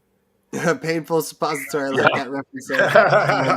Good point. Yeah, well done. So the way I put those videos at the bottom, so the two videos with the boss are from this morning, and then the one just above it, Kyle, third one up, that's from this afternoon because he is speaking in Miami right now. So play. Play the morning ones, and then jump up to the what he just most recently said in Miami this afternoon. Yeah. If somebody can double check my Instagram one more time, it's weird. I can't honestly tell if it's still streaming or not. There's 0 people in there. So if that's the third time, I'm going to flip it over to your Telegram, Tim, if you want to click it on. But let's see if it's third time. Again, we weren't playing anything crazy. We're actually explaining how this works. So why do they keep stopping us? And then Instagram got super weird because I think I played Susan Calloway's. I had restored the audio. They didn't want me to hit that button. Dang it! I should have just not clicked anything. I don't even think it even muted the audio and say, booted from Instagram. Fuck these people, man. All right, so I'm gonna shut that down. You must be major league over the target on Instagram. I guess so. So I'm gonna flip over your Telegram, Tim. If you want to flip that, I don't know if that's too much on your system to do that, but at least I can do it right here on my iPad. But I mean, it's a little late though. I mean, we're coming down the home stretch, but I'll try it. People can watch it. Pop in there. Maybe see if they pop in there. Qschqql Telegram. There we go. Okay, so that's flipped on now. So that'll be beaming over there in just a second. Thank you guys for checking that out. Thank you, Susan Calloway and Jedi. So I almost want to show how it works on Facebook. I get this little notification. X amount of time has been muted from your thing or whatever, right? And I think there's comms in these, Tim. Each day there's different comms. We had 4 minutes, 56 seconds the other day. We showed that. The other day was 13 minutes, 16 seconds. So I think we looked at that Q post. And then, but Susan Calloway made that beautiful intro video we played. I don't know if you got to see that. We played that as our intro. Susan, by the way, amazing. All you guys do, all the incredible work, all you guys do. That's so cool. I think we're going to use that as our intro for a while and make another new one or play. I like having different intros. Tim and I used to we'd have play a different video almost every day to start our intros and stuff. So it'll be fun to allowing you guys too to, make some really cool stuff. You guys have a lot of talent out there, and also putting all of our different friends involved. You guys added, Susan added Sean in there, and Jay Rosemary and all of our beautiful friends and stuff too. So super cool intro. But when it was posting, and again, normally you're allowed to have 1 minute of audio of a copyrighted music, although it wasn't popping up on the thing. Normally it would say, I don't know what song that is. I still got to check that out. If you can put the name of that song, Susan. I love that song, by the way, the Saving the Children thing. Anyways, I clicked the button that just said restore audio. It says make sure you do that if you're allowed to do that. I'm like, fuck these people. It's only a minute clip, right? And I'm assuming that's what's got me hemmed up right now. We'll see. But were you able to get the Telegram going there, Tim? Yeah, it's on now. Locked and loaded, bro. Streaming over on Qschqql, t.me/Qschqql, all Q's in there. And now we're going to play some few clips from the boss, guys. Sound good, Timbo? Sounds good. Okay, thanks, guys. All right, let's go from the boss here. So we're going to play this middle one. These are not going to be productive people. These are going to be anti-productive people. Anti-productive people. All have big hearts. I have a bigger heart than anybody, but we can't let that happen. It's time for Republicans to do what they have to do, and that's terminate the filibuster. It's the only way you can do it. And if you don't terminate the filibuster, you'll be in bad shape. We won't pass any legislation. There'll be no legislation passed for 3 1/4. We have 3 1/4 years, so it's a long time. But when they can't do an extension, and John, I think they've done an extension every single time they've ever been asked forever. This is the first time they haven't done an extension. Extensions are supposed to be easy, but if they won't do an extension, they won't do any bill, even a simple bill. And we should do our own bills. We should get out. We should do our own bills. We should open up. We should start tonight with the country's open. Congratulations. Then we should pass voter ID. We should pass no mail-in voting. We should pass all the things that we want to pass, make our elections secure and safe, because California is a disaster. Many of the states are disasters. But can you imagine when they vote almost unanimously against voter ID? All we want is voter ID. You go to a grocery store, you have to give ID. You go to a gas station, you give ID. But for voting, they want no voter ID. It's only for one reason, because they cheat. We would pass that in 15 minutes. If you don't get it, you'll never pass that. You'll never talk about mail-in ballots. Mail-in ballots make it automatically corrupt. If you have mail-in ballots, automatically it's correct. Even Jimmy Carter, they had the Carter Commission after he got out. All right, there's that one. The boss there. We'll go next clip from the boss. Setting it straight, too. I love the way he speaks about it. We got to fix these elections. He's telling us. He's telling us how this is going to play out. Yeah, clear and concise, not confusing like everything we were just reading about that bullshit voting system. It's it's interesting. He said tonight we could do it tonight, so we'll have to keep an eye on the breaking news tonight. I wonder if they're going to go into session and actually end the filibuster, because they can actually filibuster, huh? Yeah, that would be awesome. Which he actually did the thing too with getting the approval right during that the regular shutdown, or I guess it's recess, when Congress was on recess. Earlier this month, they had 107 of his people got automatically passed through, right? So is this going to be another one of those situations? I don't know. We'll see. But let's play this next clip, see what the boss has to say. Letters I've ever seen. I said, I called him up. I said, sorry, you're fired. Get the hell out of here. And but it's a horrible thing. Blue slips is a horrible thing, because I have the right to pick judges and I have the right to pick U.S. attorneys, and this takes away the right from me. And I think we're going to go to court on it, and we'll see what happens in court. But it gives the president, it takes away the right of the president to pick people to serve on the court and to serve as U.S. attorneys, which is very important. But the biggest thing is the filibuster. We have to get the country going. We will pass legislation at levels you've never seen before, and it'll be impossible to beat us. By the way, if they do, and they're going to do it anyway, and they are going to immediately do the filibuster. And when they do the filibuster, they're going to pack the court. They want at least five justices. Now I hear it's up to 5. I actually heard up to 7 and up to 9, okay? They want new judges. They want to pack the court, and they will do it in the first day, maybe the week. Maybe they'll slow it down because there's no reason to rush. But they'll do it first week. They'll vote on this. And I have friends over there that are Democrats. I'm close to a lot of people. And I asked them about that because some people say, well, maybe they won't do that. I mean, they destroyed the career of Manchin and Sinema, and they got them out. They were the only objectors. Nobody else is going to object. They're going to do it the first day. They're going to pack the court. They're going to make D.C. a state, and they're going to make Puerto Rico a state. So now they pick up 2 states. They pick up 4 senators, okay? You think you have problems? They're going to do all of the things. They're going to pick up electoral votes. It's going to be a very, very bad situation. And it's done. It's done. As soon as they attain power. Now, if we do what I'm saying, they'll most likely never attain power because we will have passed every single thing that you can imagine that it's good and all good for the country. And there'll be no reason to. If we don't do that, people will say they're not doing much and they're in power. So the good news is we did the great big. All right. Great, big, beautiful bill, I think he was going to say. We got one more clip then. So those were earlier in the morning. Tim was saying, or earlier in the day, President's reasoning behind ending the filibuster, the voter ID. And now we're going to do this next one, consequential, which is in the Q drops also. So I think I looked that up. Did I look it up in there? I didn't finish typing it in there. So let me do that real quick here. I want to copy that. I think I did already. We'll go over here. Because this is a major Q proof, is the consequential. Let's see if that whole word fits in here. There's, these 2 Q drops. So after he mentions it, oh, look, 107. I was just talking about 107 people got confirmed when the Congress is in recess. So we'll do this Q drop right after the boss here says when we're, he's going to talk about consequential twice. Don't worry about last night. We'll take care of it. So let's take a look at this, and I'll go to that Q drop next. Be with the people. Many of you are not from Miami, but that's okay too. And I'm thrilled to be back in magnificent Florida, Miami, Florida, with thousands of incredible business leaders and true American patriots. That's what you are. We're gathered today on the 1-year anniversary of the single most consequential election victory, they say. This is them. This isn't me. I'm a very modest person. I would never say this. The single most consequential election victory in American history. It's possible. I mean, it's possible. We've done a lot.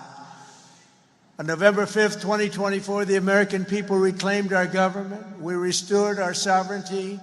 We lost a little bit of sovereignty last night in New York, but we'll take care of it. Don't worry about it. We rescued. All right. We'll take care of it. Don't worry. Oh my! What does he mean? What's he talking about? We'll take care of it. Don't worry. What's he telling us there, huh? What's he telling us? Yeah, he's got something up his sleeve, like something good. I swear to God, there's something. I think so too, because we were thinking about it like, okay, they tell us they're never going to divulge like to their enemies, and then like 61 days. So the enemy's waiting for 61 days. You know, everybody's waiting for 61 days, right? But maybe there's something he's got up his sleeve that we don't know about, because he just said we could do it tonight. I mean, that's pretty amazing, right? What is he talking about there, right? So I'm excited. I don't know what's coming down the line, but it could be something bigly. Bigly. Mm-hmm. Yes, indeed. Yes, indeed. Oh, so let me go to that Q drop unless you got something for us right now, Tim. No, we got you can go that Q drop, and then because we're running a little out of time, but maybe after that, bring up some of these today's deltas. There's a lot of. There is, and I kind of previewed them, and there's one that is 94, and I think 95. It talks about Bill, yeah. So maybe we could look at that one. Awesome, yeah. There's if you don't have any. No, they're all good to me, sister. Whatever you see coming out at you, let's go over them. Well, something struck out at me. That's why I kind of want to look at it, and it makes me think a little bit. So this will be a little bit of a trip down memory lane. Some of you guys might not be familiar with this. So hopefully I'll try to make it understandable. This is, again, January of 2018, so very, very early on. These are some of the subtle ways that Q was confirming themselves with the President of the United States. So in a tweet, and I don't know if I'll be able to find the tweet on the spot here, But Trump's tweet, the word was supposed to be consensual. The word was supposed to be consensual, but he spelled it like this: consequential, consequential. So basically adding the Q in there, I get it changes the word, but I don't think the Q was capital. I could be wrong. Maybe it was consequential, and the word was supposed to be consensual, and then he changes it, right? I guess actually I could just add in his tweets here to show this. So on QAGG.news, the little bit more advanced search place for the Q drops, you could put on Trump's tweets. So I'm going to put on both of these with the deleted, and I'm going to put consequential in there. I guess I have that search still on, so I'm going to just put it back in the search bar here. Only 2 Q drops with it. Oh, it looks like it updated it for me already. So let's see here, timestamp. There it is right here. All right, so how is this Q drop prior to that, though? Now I'm a little confused on everything because 22:23, time between Trump tweet today 15, consequential and consensual. He is turning out to be to an enormous consequential presidency. Okay, that's why we have to put consensual because he actually, I'm confused though. Where's the deleted one? Again, I don't want to do this on the spot here with you guys. But this is a Q proof because he deleted it and changed it from consequential to consensual. But maybe he didn't even spell it right. Let's try consensual here just for a second. Let's see what that looks like.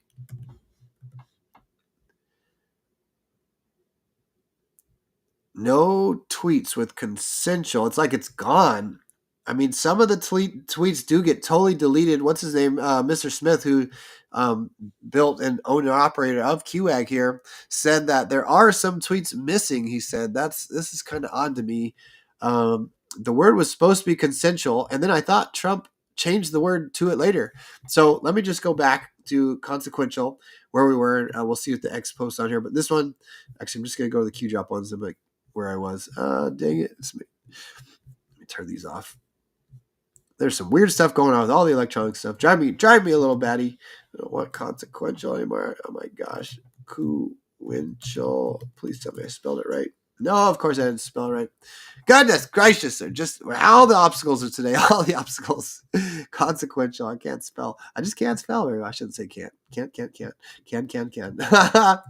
God, he's off the rails over here. Okay, we got this. Am I showing the right thing now? Okay. I think I got it. Okay, here, these 2 Q drops. So time, by the way, Trump tweets today, 15, consequential, and then he changed to consensual. I don't know where that went. But then, so Q responds, do you believe in coincidences? 2 Q chapters, Q, okay, that was on the little intro video we shared. I think we played that on the 8-year anniversary. All the Q proofs that Anon 55 does those awesome videos. All the Q proofs on there. The book, I believe it was Fight and Fury or Fear or something like that. The 2 chapters were supposed to have an O, and they changed them to Q on those 2 chapters. That was an early Q proof in those days, so that's what that reference is right there. And then the other drop, so that was $4.99. This is $5.10. So 11 drops later now, Anon gives the assessment. Here's the Anon says at 7:21 p.m. I don't know why they're saying Pacific Standard Time, so it'd be 10:21 Eastern. POTUS tweeted first half concerning Goodwin. So this is the Goodwin. This is a major Q proof and also some sort of, with the unlocking the map and so to speak. Okay, Arnold with consequential deliberately misspelled as consensual, but I just looked up consensual and it was in there. So the word was supposed to be consequential, but he misspelled it as consensual. At 7:36 p.m., so 15 minutes later, POTUS tweeted the second half of the sentence regarding Goodwin article. Interesting, this guy's got dots or dashes with a half dash in here too. Anon's got a half dash, 3, 6, and a half dashes. Almost looks a little bit more than half. 6.2 thirds, 666. At 8:23, POTUS tweets the 7:21 tweet again with the spelling corrected, consequential. At 8:24 p.m., POTUS tweets the second half of the sentence, same as 7:36 up here. This is meant to teach us how to interpret the correlation between 8chan posts and POTUS tweets. Is that it? Anon's Q, this person's asking.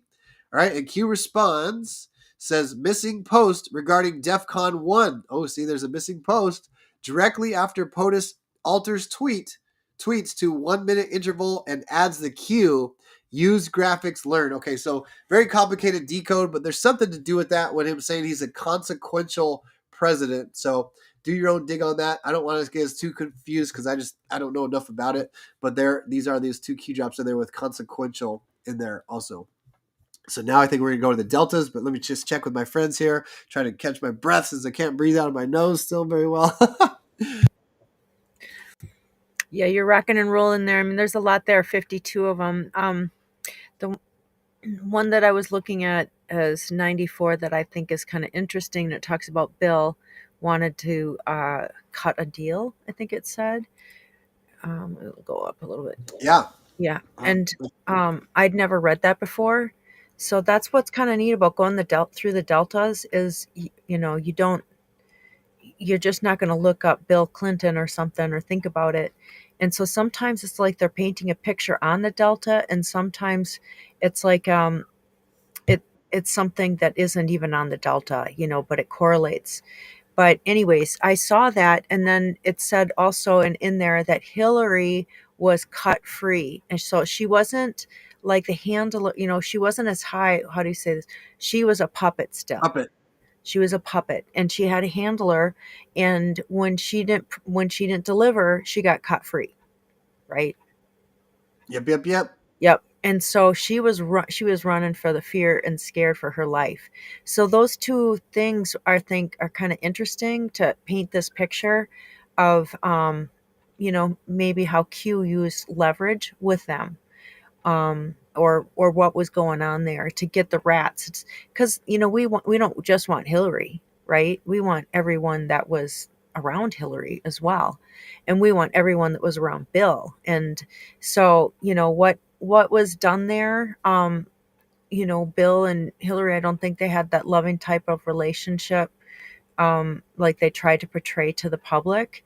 I think it was very much so a politically organized relationship, or a power organized relationship, right? They weren't there because of love. And so if you're not there because of love, what would you do to someone that, maybe you felt slighted from, or whatever, held grudges? And I'm sure Hillary was wonderful to live with. So you can just imagine how that went down for both sides, right? Yeah. I don't know. We'll talk about grudges. Chelsea Clinton's definitely not Bill Clinton's daughter. So that's one example. We know the guy's name and stuff too. I'm not, if anybody wants to share that, dig or somewhere on that too, we can go to that. So, okay, let's go to some of these deltas, I guess. Timbo, you just pop go on. to 94. Okay. When you see Tim, I guess if we're going to go sharing it this way, let's bring Tim back on here. I'll bring him when he's okay, back. Got it. Not there, we'll just go bring it so it's better. So the three of us on the side here, just bring that even with his black image up. And so I'm going to flip the script, then I'll go to the first ones. So here's, again, 52 deltas from today. So we got a massive number. Q drop 75. This is a good one here. November 5th, 2017, 12/14/37 on the timestamp. The strongest weapon in the United States is a patriotic American. Who yada that? By the time POTUS returns from his trip, the world will be a different place. Godfather 3, Alice in Wonderland. Alice Lewis Carroll equals the Bloody Wonderland. There is, I think it's maybe this Lewis Carroll. No, Lewis Carroll is the original author of Alice in Wonderland, but there's a book that has Alice actually as being Hillary Clinton. We played that on an old school Q school back in the day, but I don't remember all the details of it. Okay, repost. Why did JK travel to SA recently? I'm going to leave those as acronyms because thinking about the key post Quantum League guys, there's South America could be in there. South Africa also. JK, Jared Kushner, John Kerry. There's John Kennedy. There's also the our politician. I believe there's even a John Kennedy general. Lots of JKs and lots of SAs too, okay? What is SA known for? Where did the biggest donations originate from? Okay, from back in the day, we did this post the other day. I think Saudi Arabia is the biggest donations to the Clinton Foundation, and they're super connected with the human trafficking and also the oil and stuff, of course, too. Why is this relevant? What else is relevant with SA? Safe harbor, port of transfer. Why was there a recent smear campaign against JK and POTUS? Why is the timing important? Okay, so that was all the way back in 2017, very early on, Q drops. Very next one, 76 here. Okay, ooh, look at this. Repost lost. Martial law declared in SA. So on this date, that must have happened in Saudi Arabia. Can anybody verify that? Was martial law declared in Saudi Arabia in early November 2017? That's probably when they rounded the princes up and all those billionaires, but I just want to double check that. And then has there been martial law declared anywhere recently that has SA somewhere? Maybe, again, South Africa, whether their SAs might be there. Has there been any martial law declared recently, guys? Let's take a look at that. Why is this relevant? How much money was donated to the Clinton Foundation by Saudi Arabia? Hundreds of millions of dollars. How much money was donated to John M. Institute by Saudi Arabia, especially after Clinton lost? All the donations went from the Clinton Foundation to John McCain. He's like, oh shit, we better get a Republican in there to try to get Donald Trump out. How much money was donated to Pelosi Foundation? So all these guys got foundations. So this is an example of how these politicians get wealthy off their public servant job. How much money was donated to CrowdStrike, maybe by Saudi Arabia, or Chuck Schumer, perhaps? Maybe that's Chuck Schumer on this one, since we got Clinton, John McCain, Pelosi, now Chuck Schumer would make sense. What other bad actors have been paid by Saudi Arabia, bribed, not just D's? There it is again. Swamp is on both sides, guys, not just D's. Why did and then they go right to this. So here's probably one of those answers, Bush, right? Why did the Bush family recently come out against POTUS? Again, it's not left versus right. It's good versus evil. It's the swamp versus the good guys, okay? Who is good? What are the laws in Saudi Arabia versus the United States? Charged criminals. Not sure exactly that reference, but probably Sharia law stuff, and not sure about the charged criminals. What information might be gained by these detainees? Why is this important? SA, and then the arrow to the U.S. What force is actively deployed in SA? National Guard? Was our National Guard in Saudi Arabia? Must have been. Have faith. These, the crumbs, in time will equate to the biggest drops ever disclosed in our history. Remember, disinformation is real. God bless. Alice in Wonderland, The Great Awakening, Q. And I believe that's actually a movie also, The Great Awakening. I've never seen that one. So there's that drop, and then I'm going to head over to Mel's drops next that she wants to bring up with Bill and Hillary Clinton. But anything from those, Mel? No, I just see a lot in all of these, like Alice in Wonderland and Godfather 3. And so I think there's a lot being like, I know we've gone through Alice could be HRC. I think it's also a boring machine as well of some sort. Oh yeah, that's a good So one. It is. It is boring yeah. as in a digging machine. That is. I forgot about that one. Nice one, Mel. And then Q equals Alice. What does that mean? Right. Right. Is that a computer? Maybe like a quantum computer? Do they call it Alice? Right in Wonderland. That So could be.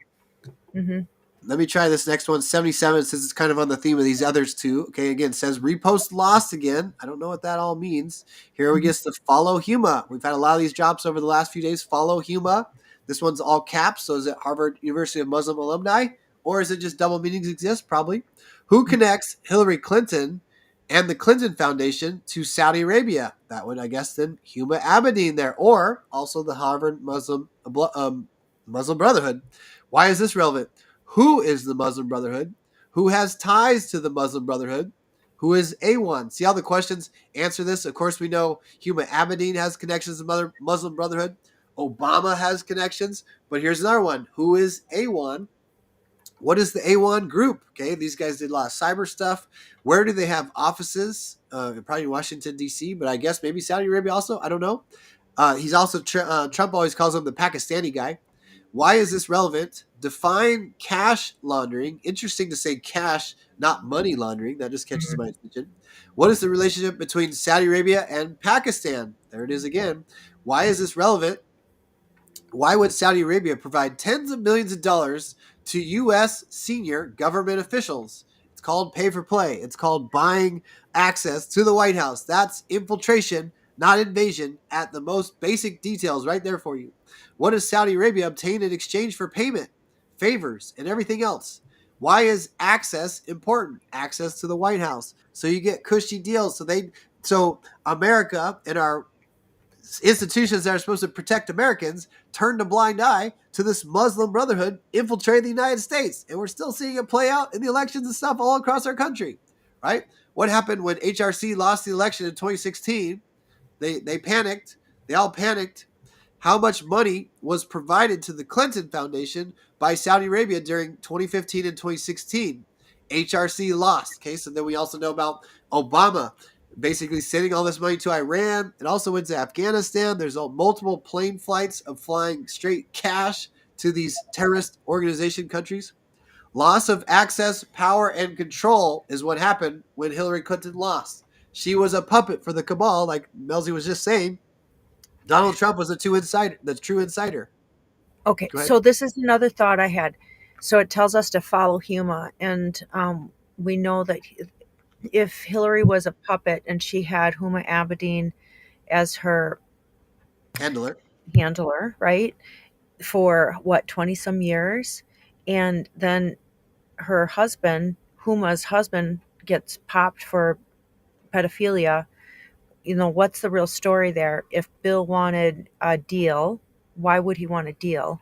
And when did the deal get presented? When was Bill squeezed by the balls, so to speak? And so I don't know. I'm just thinking about the whole thing. Like, really, we always thought that Hillary was the one they were after, but maybe it was Huma. Yeah. Misdirections there too, saying like Huma rolled over on Clinton, but maybe it was the other way around. Think Maybe it beer on that one. was, right? Because why? I mean, I'm not going to say, Huma's no beauty queen, but she married like George Soros. I mean, they're both kind of two ugly ducks, but what, they found each other ugly duckling, two peas in a pod. I just don't get that. So she went from, what does she have? She went from like one huge, powerful position, basically. I don't know that Wiener was so powerful. What was Wiener's position? What was the Wiener position? We're not sure. We don't want to know. We don't want to know. Oh my gosh, let's move on. We're getting off the rails here. But I'm just saying, okay, if you do an investigation, like, the police aren't just like, oh, come on and tell us your side of the story. Right. Looks like you were, hanging out with Hillary a little bit, and you guys did some things. Just tell us what happened.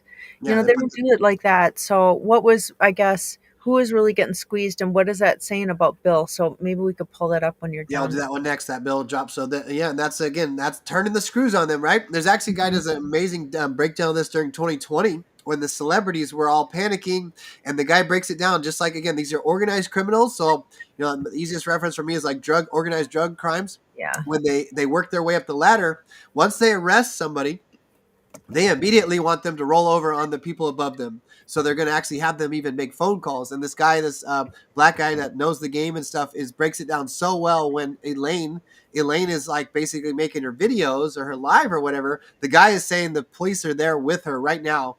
And then she's playing along like she's doing a video show. She calls Jennifer Aniston, and the guy's breaking it down saying they're having her call Jennifer Aniston, like her handler, that to basically, again, break into this adrenochrome factory people, the human trafficking. It's organized criminal activity. It's not drugs. Well, it is the drug, I guess, adrenochrome, but also human trafficking is what they're doing. So the guy's breaking it down right there. So that's what Mel was saying. When they get this laptop with the laptop from hell, they're not going to just be all gentle. Oh, Huma, what's your side of the story? It's like, you're going to lose your child. Your child's not going to have a father or a mother. They're turning the screws all the way up the nuts to her, right? Okay? Right. On all of them. And again, think mirror, maybe Hillary Clinton rolled over on Huma Abedin, right? Her handler, or who knows, okay? But when HRC lost, the cabal, lost access, power, and control, especially the White House. Does repayment of funds to Saudi Arabia occur? Yes. If so, again, pallets of cash. Why? There's your answer. Here's the question. Answers. The questions have the answers. Why did Barack Obama send billions in cash to Iran? Why wasn't Congress notified? Again, all the leftards that accept the mainstream narrative that, oh, it was their money anyways, and we just released it to them. Like, why did they send cash? And why did they notify Congress? Why did they do a Congress wire transfer?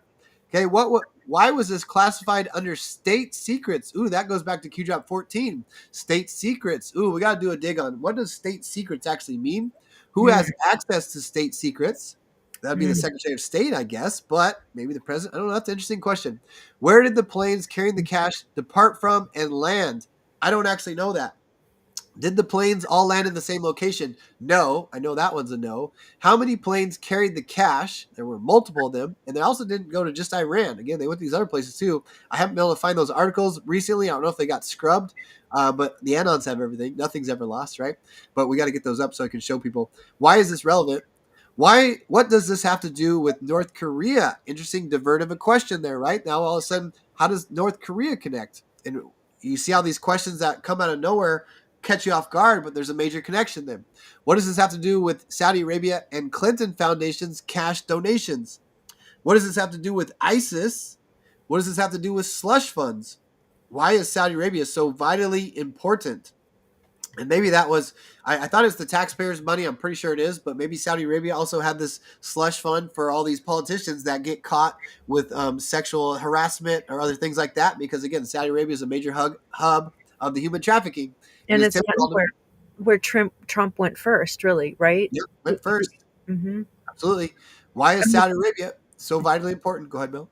Yeah, because when did that happen? The shooting October 1st, 2017, but Trump took the world tour prior to that one, actually, though. But then all the arrests happened in early November.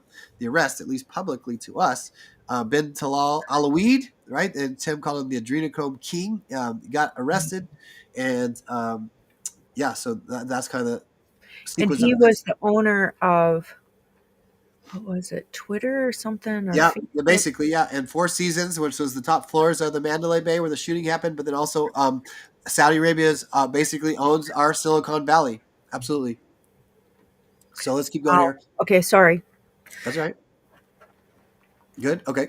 Yep. So why is Saudi Arabia so vitally important? Follow the money. Who has the money? What is happening in SA today? Again, let's just take about that quantumly. What's happening today? Why is this relevant? Who was Abdullah bin Abdulaziz? Not quite sure on that one. Probably a terrorist. What events transpired directly thereafter? How was POTUS greeted compared to other former U.S. presidents when in Saudi Arabia? Okay, that first trip, red carpet rollout, he did the sword dance, all that stuff. The most recent one, Trump admin version 2 in 2025, he got the purple carpet rollout, and all the military officers were saluting him. I mean, hundreds of them came by and saluted him, and POTUS saluted him back. Have you ever seen that before, Anons? Ever? Mm-mm. No. Why is this relevant? What is the meaning of this tradition? This is the sword dance situation. Okay, but let's say the tradition of maybe foreign military saluting POTUS. Is that a tradition? I don't know. I've never seen it before. Never said it before. What coincidentally was the last tweet sent out by POTUS? I don't know that answer too. I feel like somebody shared it a long time ago, but it's not in my memory. Why is this relevant? Was that an instruction of some kind? Okay, how are comms passed? How is communication passed? Good guys and bad guys. To who? Why is this relevant? Maybe it was a go code for our military from Trump's tweet, actually, was the go code, maybe. Where was POTUS when that tweet was sent? Ooh, great question. Would that be also maybe Cheyenne Mountain or something else? Why is that relevant? What attack took place in Saudi Arabia as operations were undertaken? Flying objects, missiles, or UFOs? I don't know. What U.S. operators are currently in Saudi Arabia? Special access programs? I don't know. Why is this relevant? Questions provide answers. Alice in Wonderland. Man, that's full stack post. That was 77 in there. Wow. Matthew is 77, simple English gematria, and then Matthew Q 94. I'm just going to show this real short one. Then we're going to the Bill and Hillary Clinton one that Mel's been wanting to. This is Q Drop 80. We need to get organized. Things need to be solved to understand what is about to happen. Let's start with Alice in Wonderland. Hillary Clinton in Wonderland by Lewis Carroll. Saudi Arabia, the Bloody Wonderland. Snow White, Wizards and Warlocks Q. You know, Hillary had a thirst for killing. She was really a serial killer. And, so I don't know. There's more to that. Like, we just saw and hear of Frazzle Drip, but I'm sure there's worse than Frazzle Drip, if we can even believe, like it's dark, I'm sure. And so, connection. Go ahead. What? No worries. Okay. I didn't hear what you said. Oh, it's okay. Yeah, it's all good. You just vanished. It's okay. All right. Yeah. So, I think there's a lot of Alice in Wonderland, and if Alice means Hillary, that changes things too. But if it means the boring thing, there's like so many different layers that could be happening there, right? And Hillary Clinton in Wonderland by Lewis Carroll, and that always seemed like a complete nightmare to me. If you've ever, watched any part of it, it's not a friendly childhood's book or story. So Right. It's a yeah, nightmare. It's a nightmare, right? It's like kind of the awakening process and multiple other things there too. So, yeah. all right. Okay. So, So let's boogie on. yeah, let's go. Yeah, I got a little distracted there. So in the Snow White, though, I want to say this an extra double meaning I never had before. Snow White eats the poison apple. So think about the connection to the vaccine too. I just want to add that the vaccine situation was the poison apple, right? That this is going to help you, it's going to protect you, but it's actually the poison apple. So that's a Snow Okay. White connection I thought of. What if Snow White could be also adrenochrome? Ooh, that makes sense. That definitely makes sense. I never thought of that one. So okay, let's see here. Scrolling some of these. Who funds MS-13? Why did Barack Obama instruct Homeland Security and Border Patrol to release MS-13 captures at the border? Think how insane that is. Yeah. What agency has direct ties to two major drug cartels? That would be the CIA. Why is Attorney General Sessions and POTUS prioritizing the removal of MS-13? Why is AG Sessions and POTUS prioritizing building the wall? Immigration? Drugs? Who do you hire for a hit? Okay, assets. Okay, who can be eliminated after the job is complete? Seth Rich. We talked about this. Okay, the two MS-13 gang members. Who was found dead? Two of them shortly after his murder. The two MS-13 gang members. That's how you tie up all your loose ends. What affiliation did they have? Classified Q. Another good drop there. Finally, correct reference. Saudi Arabia is the Bloody Wonderland. Alice in Wonderland signatures. Study. I wish this wasn't all. It's not supposed to be all stacked like that. I wonder how that looks. Important. Signatures are important there. Oh, here's that book that I was talking about a while back. I'm not going to go into this too much, but this is the one where actually Hillary is Alice in this book. Is the book gone? Did they remove it? What the hell is going on? Look at that. The whole thing's removed. Or I'm in a different time zone. I don't know what's going on here. I'm gonna stay away from that. I don't know why that whole link's gone. They don't like your book. Yeah. My signatures all reference upcoming events about to drop. That hasn't been caught on. Snow White, Godfather 3 Q. That's go ahead, Okay. Mel. Momager for Ray Art says, wasn't there a correlation to Betty White, Snow Ooh. White? She was the high priestess. Yes, there was. Interesting. Okay. Oh, I don't know if I knew that one. That one's super interesting to me. Nice catch. Thanks for sharing that. Good. Glad you caught that one too there. This one's an important drop. We're getting to 94. I'm coming. But 88's a really important one. Trump, 88, simple gematria. 10 days, darkness, scare tactics, mainstream media. D's falling, R's walk away and removed. Saudi Arabia to U.S. to Asia to European Union. Disinformation is real. Distractions are necessary. Is this Mom Donnie stuff a distraction, right? Focus was USA Today, while real happenings in Saudi Arabia under same context, military control, martial law, missile strike, a rogue one, etc. Necessary. POTUS's Twitter attack, see above, important. Why is this relevant? What was the last tweet by POTUS prior to Saudi Arabia? They asked that damn shit again. I wish I knew what that was. Why is this relevant? Saudi Arabia 1, US 2, Asia 3, European Union 4. Where is POTUS? Where's he at right now, guys? I don't know if Tim's in the background. Does anybody know where POTUS is? I'm not sure. Okay. I heard him this morning. I think he's here.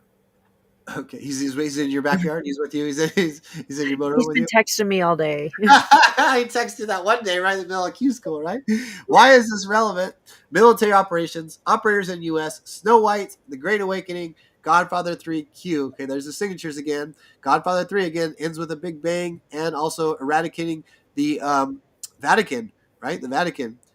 Okay, Clinton Foundation's all at the center of these early on drops. So let's get a Seth Rich, Q Drop 92 also connects to Las Vegas. This one asks about the shooter. How many shooters were they? I think they asked too.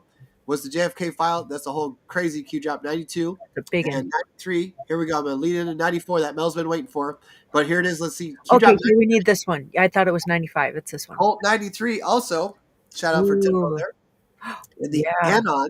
Anon says, is Hillary Rotten Clinton just a puppet? And the goal is to take down her handlers, and the real kingpins.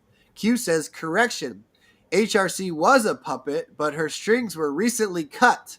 She's now on her own and fighting for her life. Ooh. Okay, they need their handlers are also their protectors, right? Too, I think how that works. I feel like they say that about Obama too. So let's go into 94, and now this is the very next drop. 94, white hat spelled out, simple gematria.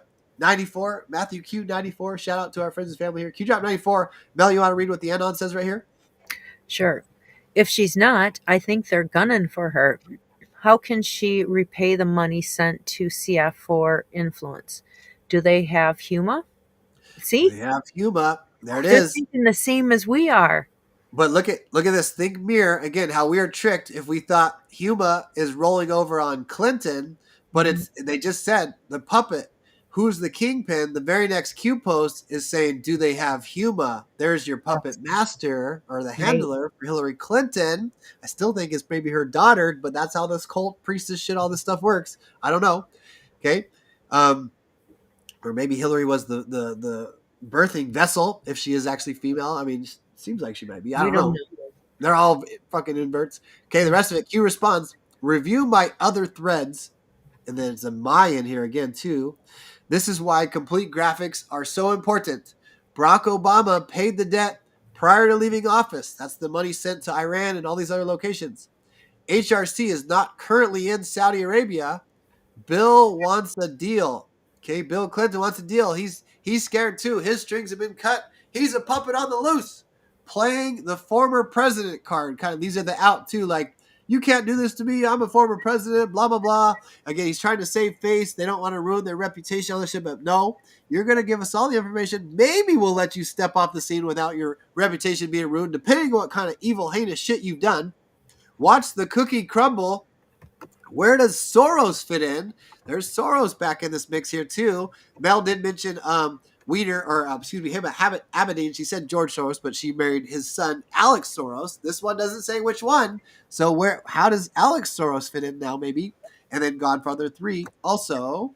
Let's see what you got for Mel. Cooking dinner. Oh, Tim. Okay, that's fine. Right on, Tim. Thanks for the shout out. Tim's cooking dinner for Matthew, and he's listening in. Thank you for the confirmation, brother. Glad you're listening still with us. And General Apex says that to mirror that drop 49. And he says Snow White refers to the CIA supercomputer. Yeah, we thought that too. But I think they're also like, what if it is maybe Snow White is a reference? You know how they have different names. Yep. And so maybe Snow White is a priestess. Yeah. That makes a lot of sense, Mel. I like that. Mm-hmm.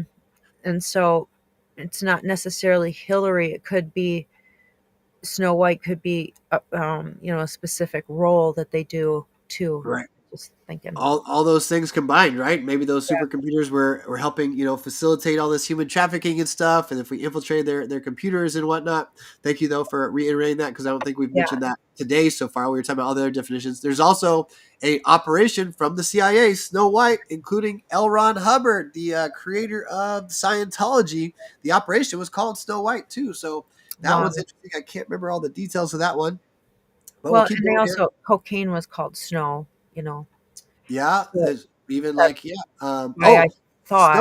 Snowden is also called Snow White in the movie Snowden from Oliver Stone. Also, he calls him that 3 times. We haven't played that scene in forever. I'm going to get that one up after we go to the next Q drop here. But Q asking, Q post 95, my birthday's 9/5. What happened in Saudi Arabia will happen here, Asia, and European Union.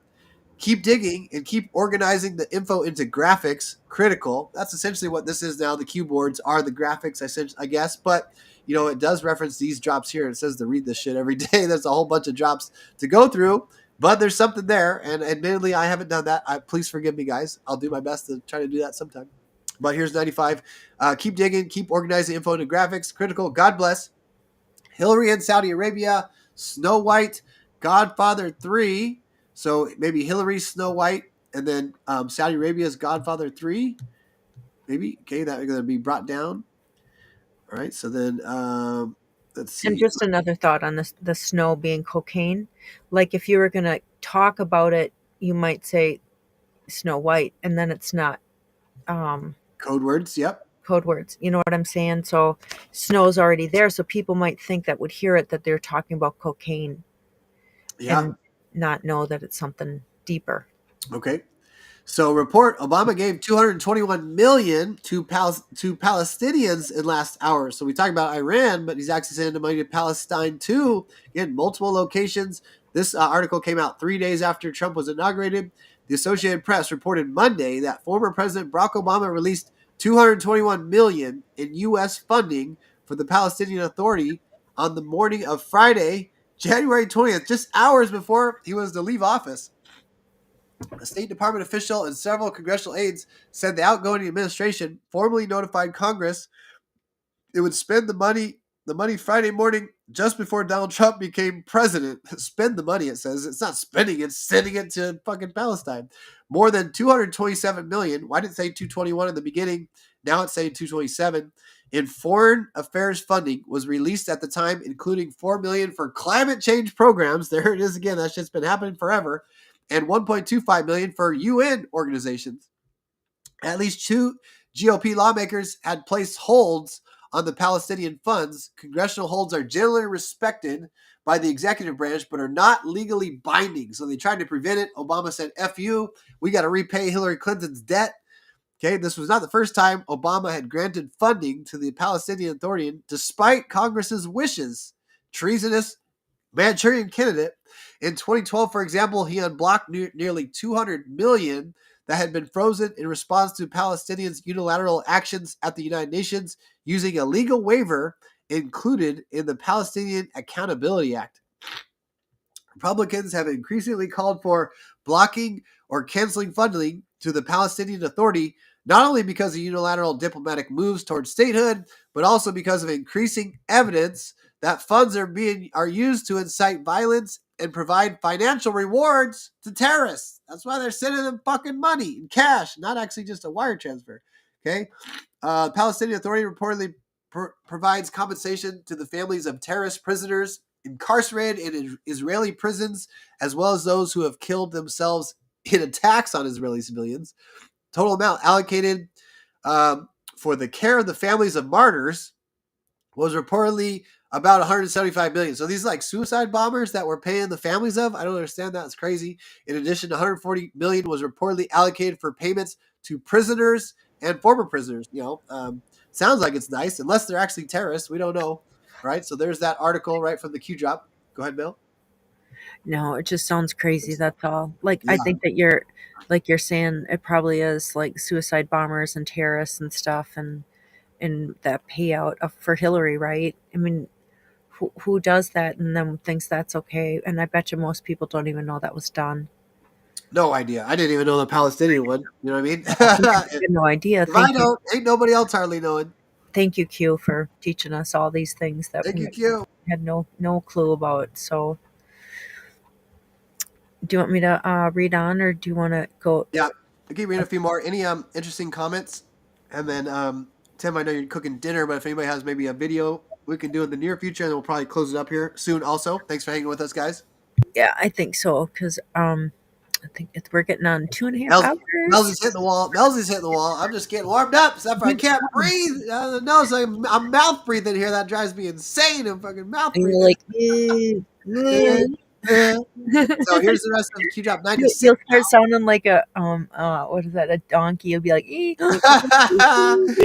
the fucking donkeys. We just got waxed by the fucking donkeys in the election, and allegedly, we'll see how that plays out. No, it's all part of the show. Right, it sure is. We got amazing how things make sense once you are asked a question. That's the entire point of this operation. It's up to you all to collect, archive safely, and distribute in a graphic that is in order with the crumb dums, not dumps. This is crumb dums on this one. Okay, but this is what the Q aggregators are. Okay, this is what we're reading on. We're on Q alerts right now. We also show Q ag. There's still QAnon.pub is still out there. We're missing QPost.online that had all the archive stuff. That was nice. Hopefully some Anons can help us get all those archive links back. It will all make sense. Once it does, we look to you to spread and get the word out. Here we are. We're doing our best we can, Q team. Timestamps will help you validate authenticity. Okay, we've had many of those different timestamps and authenticities, also validating that they're working, Q team, working directly with POTUS. Okay, your president needs your help. Call the Anons out there, guys. He wants full transparency for the great people of this country. Isn't that perfect? We just showed those little clips of Trump talking about full transparency on things, right? And what do the Democrats want? They want the exact opposite. The Democrat-led states literally didn't turn over their evidence of SNAP benefits. Why would they do that? If you have nothing to hide and you're on the up and up, why would you stop transparency from your bullshit? Okay, everything stated is for a reason. God bless Patriots. Q. Okay, that was Q drop 96. 97 is the one with the shooter. That's a juicy one. Flynn's background. I'm not going to go into that one today, I don't think. Others monitoring, friends and enemies. Instructions, Snow White. There's more. There's just so many with Snow White, Godfather 3. No, the connection, Snow White, though, because that other drop we read, John Perry Barlow / Snowden. Snowden is the new John Perry Barlow. Snowden's called Snow White. Snowden's called Snow White in the movie. So maybe that's John Perry Barlow's Snow White. Oh, my gosh. He's been Operation Snow White. I'm getting the goosey smell. Now we He's been sleeping for years, decades, and he's gonna come back. He's gonna wake up when the prince kisses him. Who's the prince? JFK Jr. Oh shit! Deco's going off the rails now. Let's go. Let's go. Mouth breathing and everything, and we're decoding the shit out of it. Okay, that's incredible to read that. That way it changes everything, doesn't it? It's like shilling. It's like shilling it. Shilling it. Shilling in the name of. He's been shilling for a long, long time. And a couple drops later, Q drop 100 is the one and only with Diana. Who is the Queen of England? How long in power? With power comes corruption. What happened to Diana? What did she find out? Why was she running? Who did she entrust to help her flee? I believe that's Dodie. I don't know enough about that, though. Really good stuff there. JFK Jr. And maybe Jr. Trump, too. That is true. JFK Jr. and Trump. Ooh, what was the cover? Okay. And they also, believe they were at, not the Four Seasons, but the Marriott or something. Is it Four Seasons? Because that's where they kept all the princes in Saudi Arabia. Was that fancy hotel? No, the Ritz. The Ritz-Carlton is where they were holding the prisoners in Saudi Arabia, but also the Ritz-Carlton's connected with Princess Diana. I don't know that dig, though. I feel like we need a short little video. Let me see if we got anything over on Diggers. Gateway Pundit. Democrats blow the house. Let's see what this is about. So it says Godfather 3, Snow White Godfather 3 Speed. That's another movie. Another movie where they go 55 miles an hour, too, by the way. No, they go really fast, like 65. No, it's 55. It's literally 55. Once the bus gets above 55, the bomb is activated. When it drops below 55, it goes off. Yeah. Wow. I want to actually try to find that Snowden movie, and that'll be a good clip to show where he calls him Snow White. Although I think these got removed off there too. That's an interesting concept to put there. Like if you go too fast, they'll cut you off. You go too slow, they'll cut you off. So they're kind of determining the speed always of how a person would react, right? You don't get to go, I mean, there's no life there, right? If you can never go faster than 55 and never slower. You have to be on the dot. So it's completely controlled. Nice decode there. I'm going to look up something to see if I feel like they cut out this part. Oh, he does call him Snow White in this one, so I'll let it play for a second here. We're going to do this little clip from Snowden, from Oliver Stone's Snowden here. So let me go to this tab and play this for a second. Let's do it. It's the cleanest Pakistani I've ever seen. We got no first-degree ties to government or ISI, no shady family. I mean, second-degree contacts are off the charts, but that's everyone in the Middle East with a six-figure income. Well, it's not dirt that we need necessarily. It's a pressure point. Something intimate, some kind of weakness. Can we look through his family? Mm-hmm. How about his sister-in-law?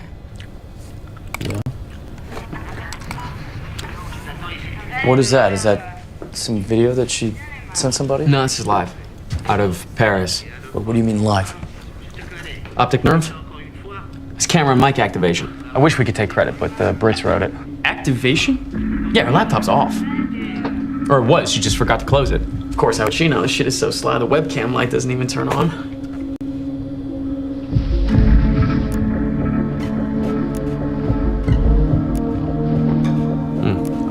I always wonder what was under those.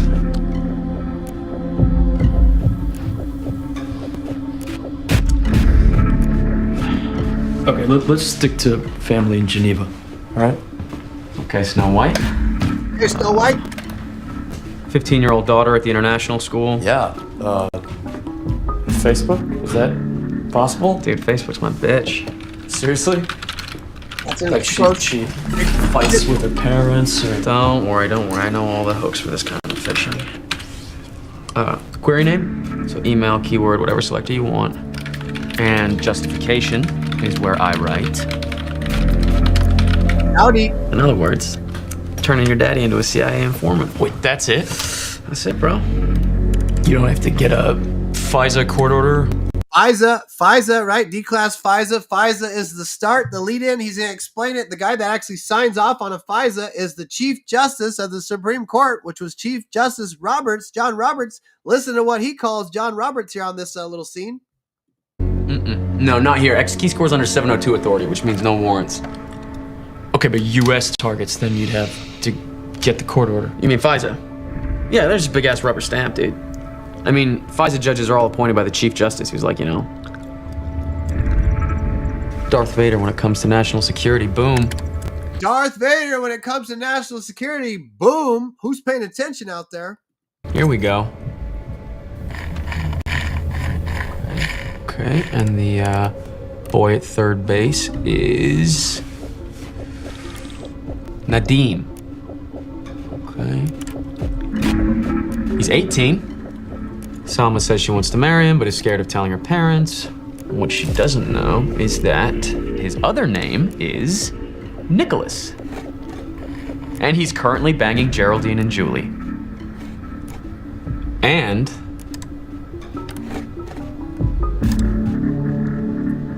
he and his Turkish mother are here illegally.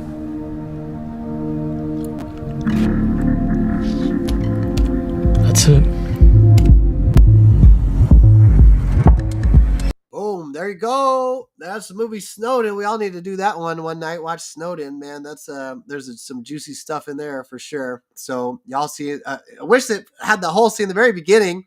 He's like, wait, because like that guy, Snowden is the NSA, that guy's CIA, and they're not supposed to like share so much information. But he's like, well, you see the in package, like there shouldn't be no big deal. But that's why you compartmentalize stuff. But he basically sees it. At least that's the story we're told in this movie here.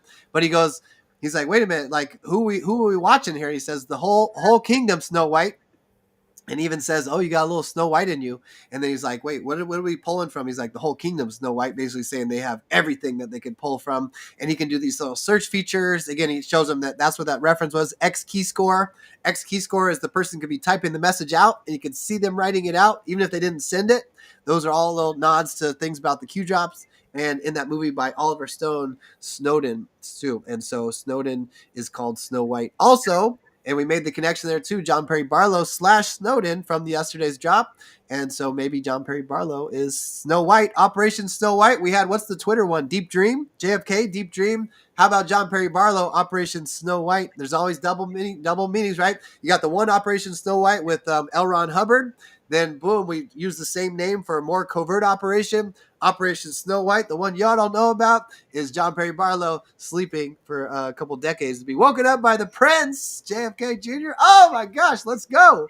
Let's go. What's he say? Mag 5 Susan said, November 14th, 2017, Saudi Crown Prince detained dozens of princes and businessmen at the Ritz-Carlton, Riyadh, in an anti-corruption purge. Same hotel name tied to Diana's last night in Paris. This major connection, right? So they were literally capturing they used it as a prison. This fancy Ritz-Carlton, you think about locking down, you got each room, it could probably have codes, like it's basically like prison cells. They had the princes locked down in the Ritz-Carlton, and probably people be none the wiser also too, where they could interrogate these people and do everything else. But very interesting connection. The same hotel that Diana's last night was in Paris, although the car she gets in is a different license plate number than the one that's crashed in the tunnel. But, that's just for some of y'all to go and do. Qschqql 100 is about Diana. Read it when you get time. Thank you, Susan, by the way, for that dig. Let's see. Momager has, I think Snowden is non-existent fictional character for the movie. Yes, the term Snowden, it's literally a term. It means, and my interpretation is snowed in, because when a breach happens in an intelligence agency, everyone gets snowed in. Everyone's immediately called in. You are called in immediately. If you're not there, they're going to start being as a suspect, right? And then so they find out a breach happened. Everyone is called in, and then you're snowed in, like you're snowed in a cave until we figure out how far the breach got. How do we close up and then how do we basically secure everything back? How much damage how much information do the enemies know? How did this information get out? Plus.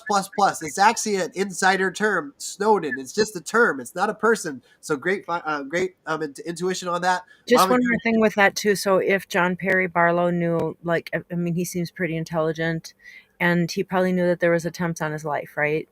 And so if he prepared for that and maybe exited out prior, staged his death in some way, and maybe he is he created the Snowden figure, right, to step into that place and the whole scenario of that whole thing, right? Yes. Very probable. The whole character. There's also another connection of some of the people I think is Snowden.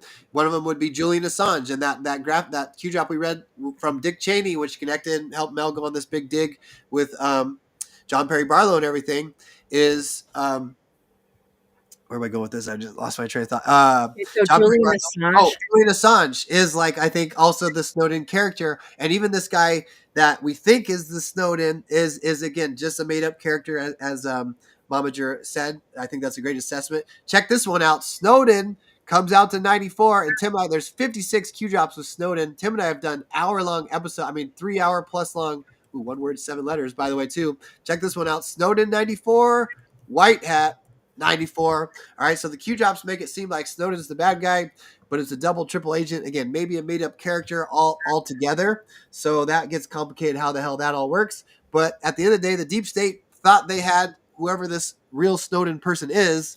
Again, Snowden is a made-up name, and the guy that we think is the Snowden is really still just a movie character, even though there's also a movie character about Snowden.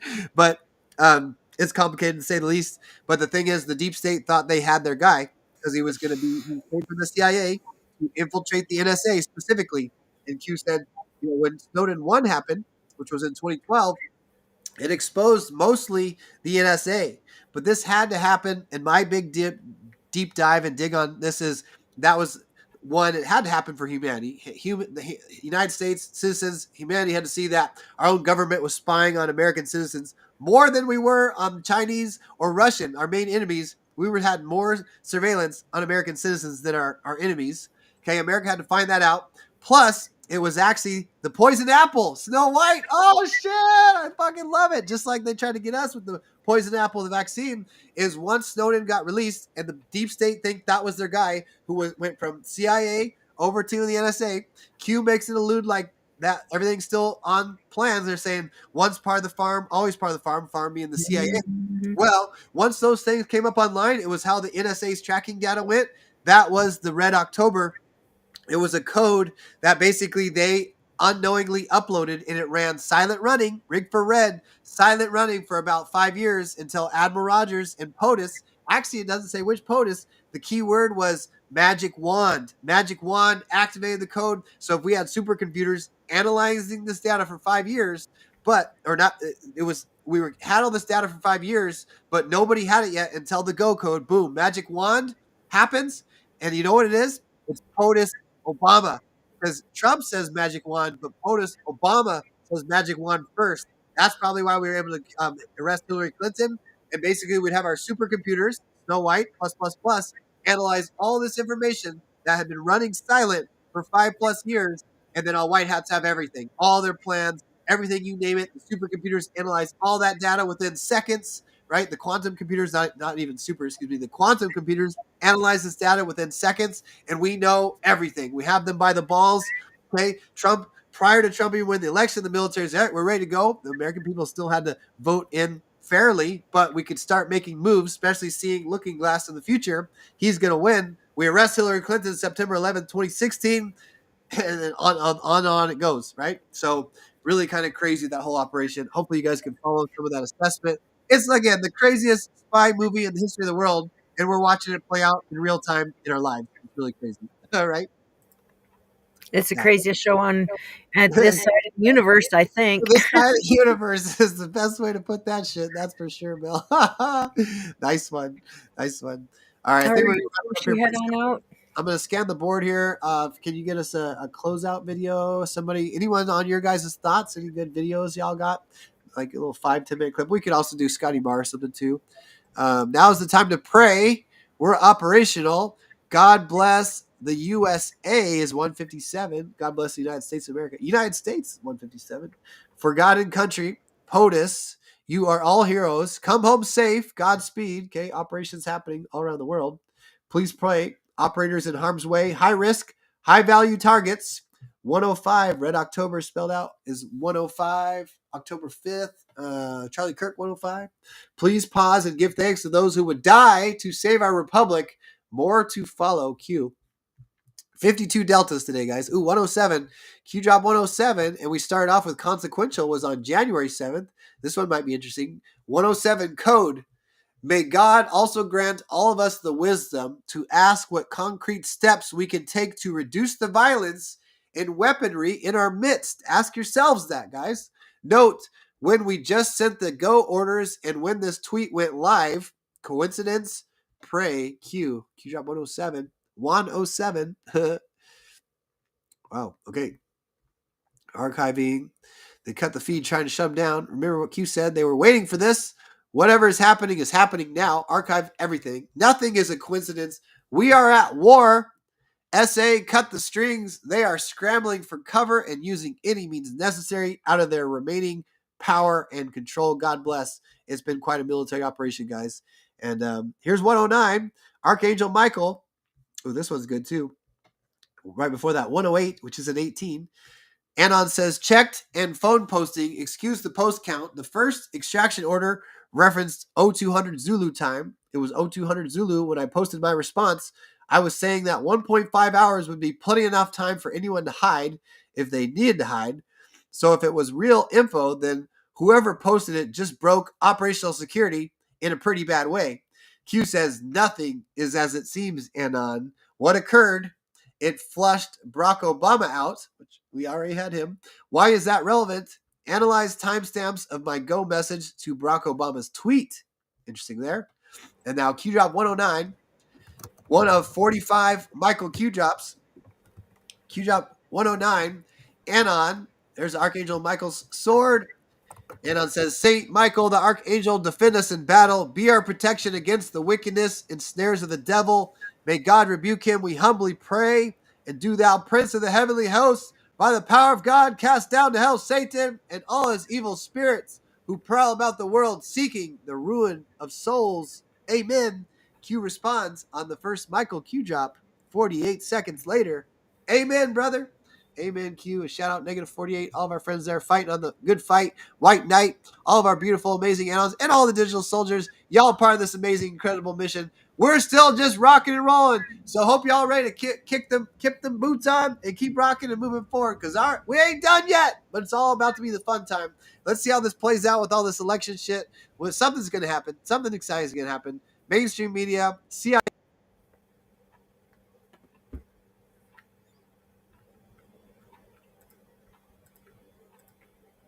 You lost your muted mic. Q team said, mute this fucking guy up. He never shuts up. I was making fun of Aaron. I said we need a muscle. Son when he'd be like, I was making fun of Aaron. Said White Knight says coming from the guy who never shuts up. That's like we like to have fun. We like to have fun. We back do. so. All right. Scotty Marr. So Okay, Scotty Marr Marr's has a any really coming good down? one. Perfect. All right. Any last words? I feel like we're on an island a little bit here. Anything from the comments or anything relevant to bring up? Thanks, guys, for all the love and support. We appreciate you for sure. Shout out to Matthew, Q, and Tim watching from home. Right. We love you guys. All right. I think we're good. Let's head on out. We'll see you tomorrow. Let's head on, everybody. Love you guys. We'll see you. I don't know what date it is. I guess I might be gone the next 2 days, but get your friends, call the horn, say, hey, the Q team needs some backup. Hammer time, Qschqql friends need some backup. So friends, come help my friends. We're gonna keep showing up. We'll be back tomorrow. I don't know if I will be. I probably won't be. We'll see how she plays. Let's see how she plays.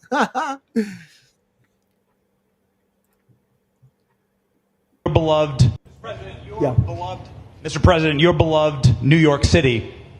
Your beloved New York City may well be led by a communist soon, Zorhan Mandami, who in his nomination speech said he will defy ICE and will not allow ICE to arrest criminal aliens in New York City. Your message to communist Zorhan Mandami. Well, then we'll have to arrest him. Look, we don't need a communist in this country, but if we have one, I'm going to be watching over him very carefully on behalf of the nation. We send him money. We send him all the things that he needs to run a government. And by the way, they get about 3 times what you get, Ron. If you look at the per capita, Florida gets 1/3 of what New York gets in terms of the numbers. Why don't you give us those numbers? Yeah, well, because that's what we should send him. Yeah, well, like sometimes people say Florida gets more because they count Social Security recipients, but that's not money to the state. Those are seniors that live here. If they moved to North Carolina, you could count it there. So it has no interaction with the state government. They get more in the city and state governments than we get. Right, substantially. We're going to be watching that very carefully, and a lot of people are saying he's here illegally. We're going to look at everything, and ideally. He's going to turn out to be much less than a communist. But right now, he's a communist. That's not a socialist. I've always said, we will not have socialism in this country. In the speeches, I said, well, what? They skipped socialism. And you get a lot of them like that. They're going to fuck around and find out. Oh! Democrats, Republicans, mainstream media, legacy media, United Nations, Canada. Democrats fuck around and find out. Republicans fuck around and find out. Mainstream media fuck around and find out. Legacy media fuck around and find out. NATO fuck around and find out. United Nations fuck around and find out. Canada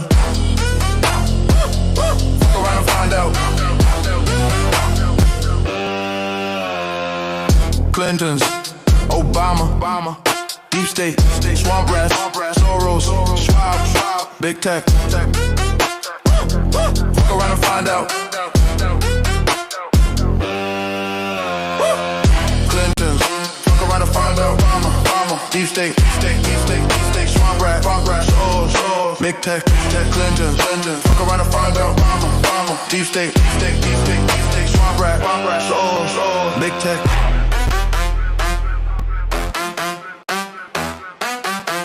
You plot or you scheme, you lie, you scream, you done. You're done. You're through. Fuck you. Fuck around and find out. You scheme, stay, fuck around and find out. You lie. Fuck around and find out. You scream, stay, fuck around and find out. You're through. You're through.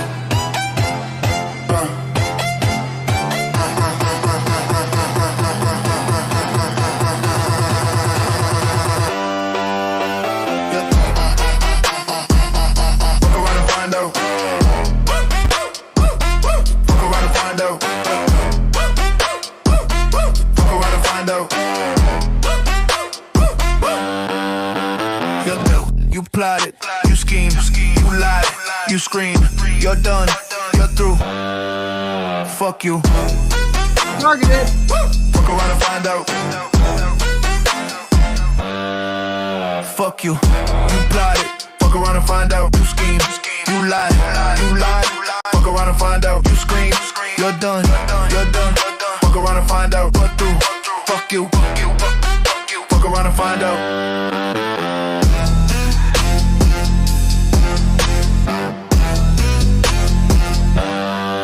Active. It has full control.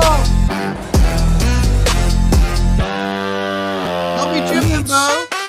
Right, that's Bureaucrats, lobbyists, pundits, boners, handlers, cowards.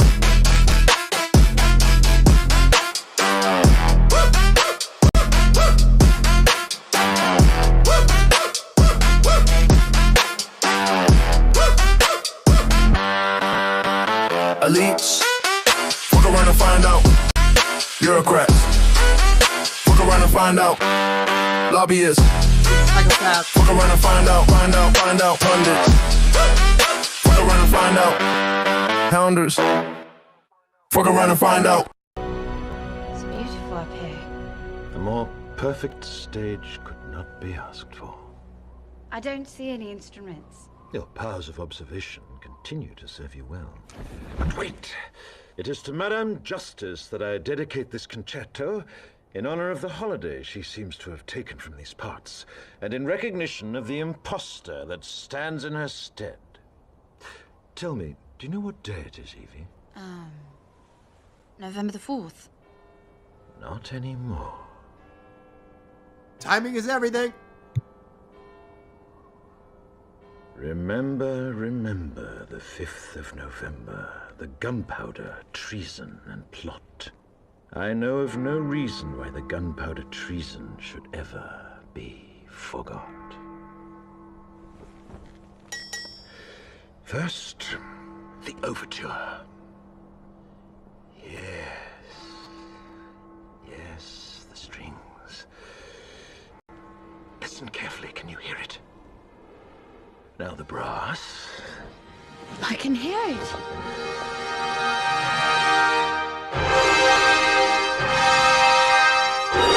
Look outside, Bunny. They're playing music.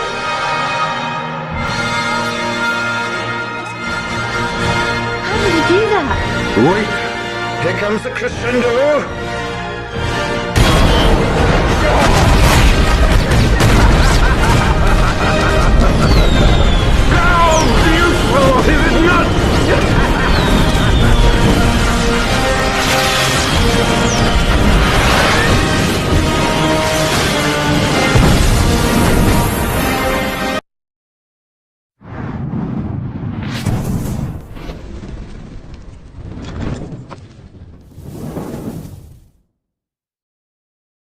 Oh yeah, we made it through another one, friends. Thanks for joining us. Remember, 5th of November, very special episode. We'll see y'all tomorrow, Thursday. 1 + 1 + 1 after that. Let's see how she all plays out. We'll be back tomorrow, 2:17 p.m. Eastern Standard Time. Tell your friends and family.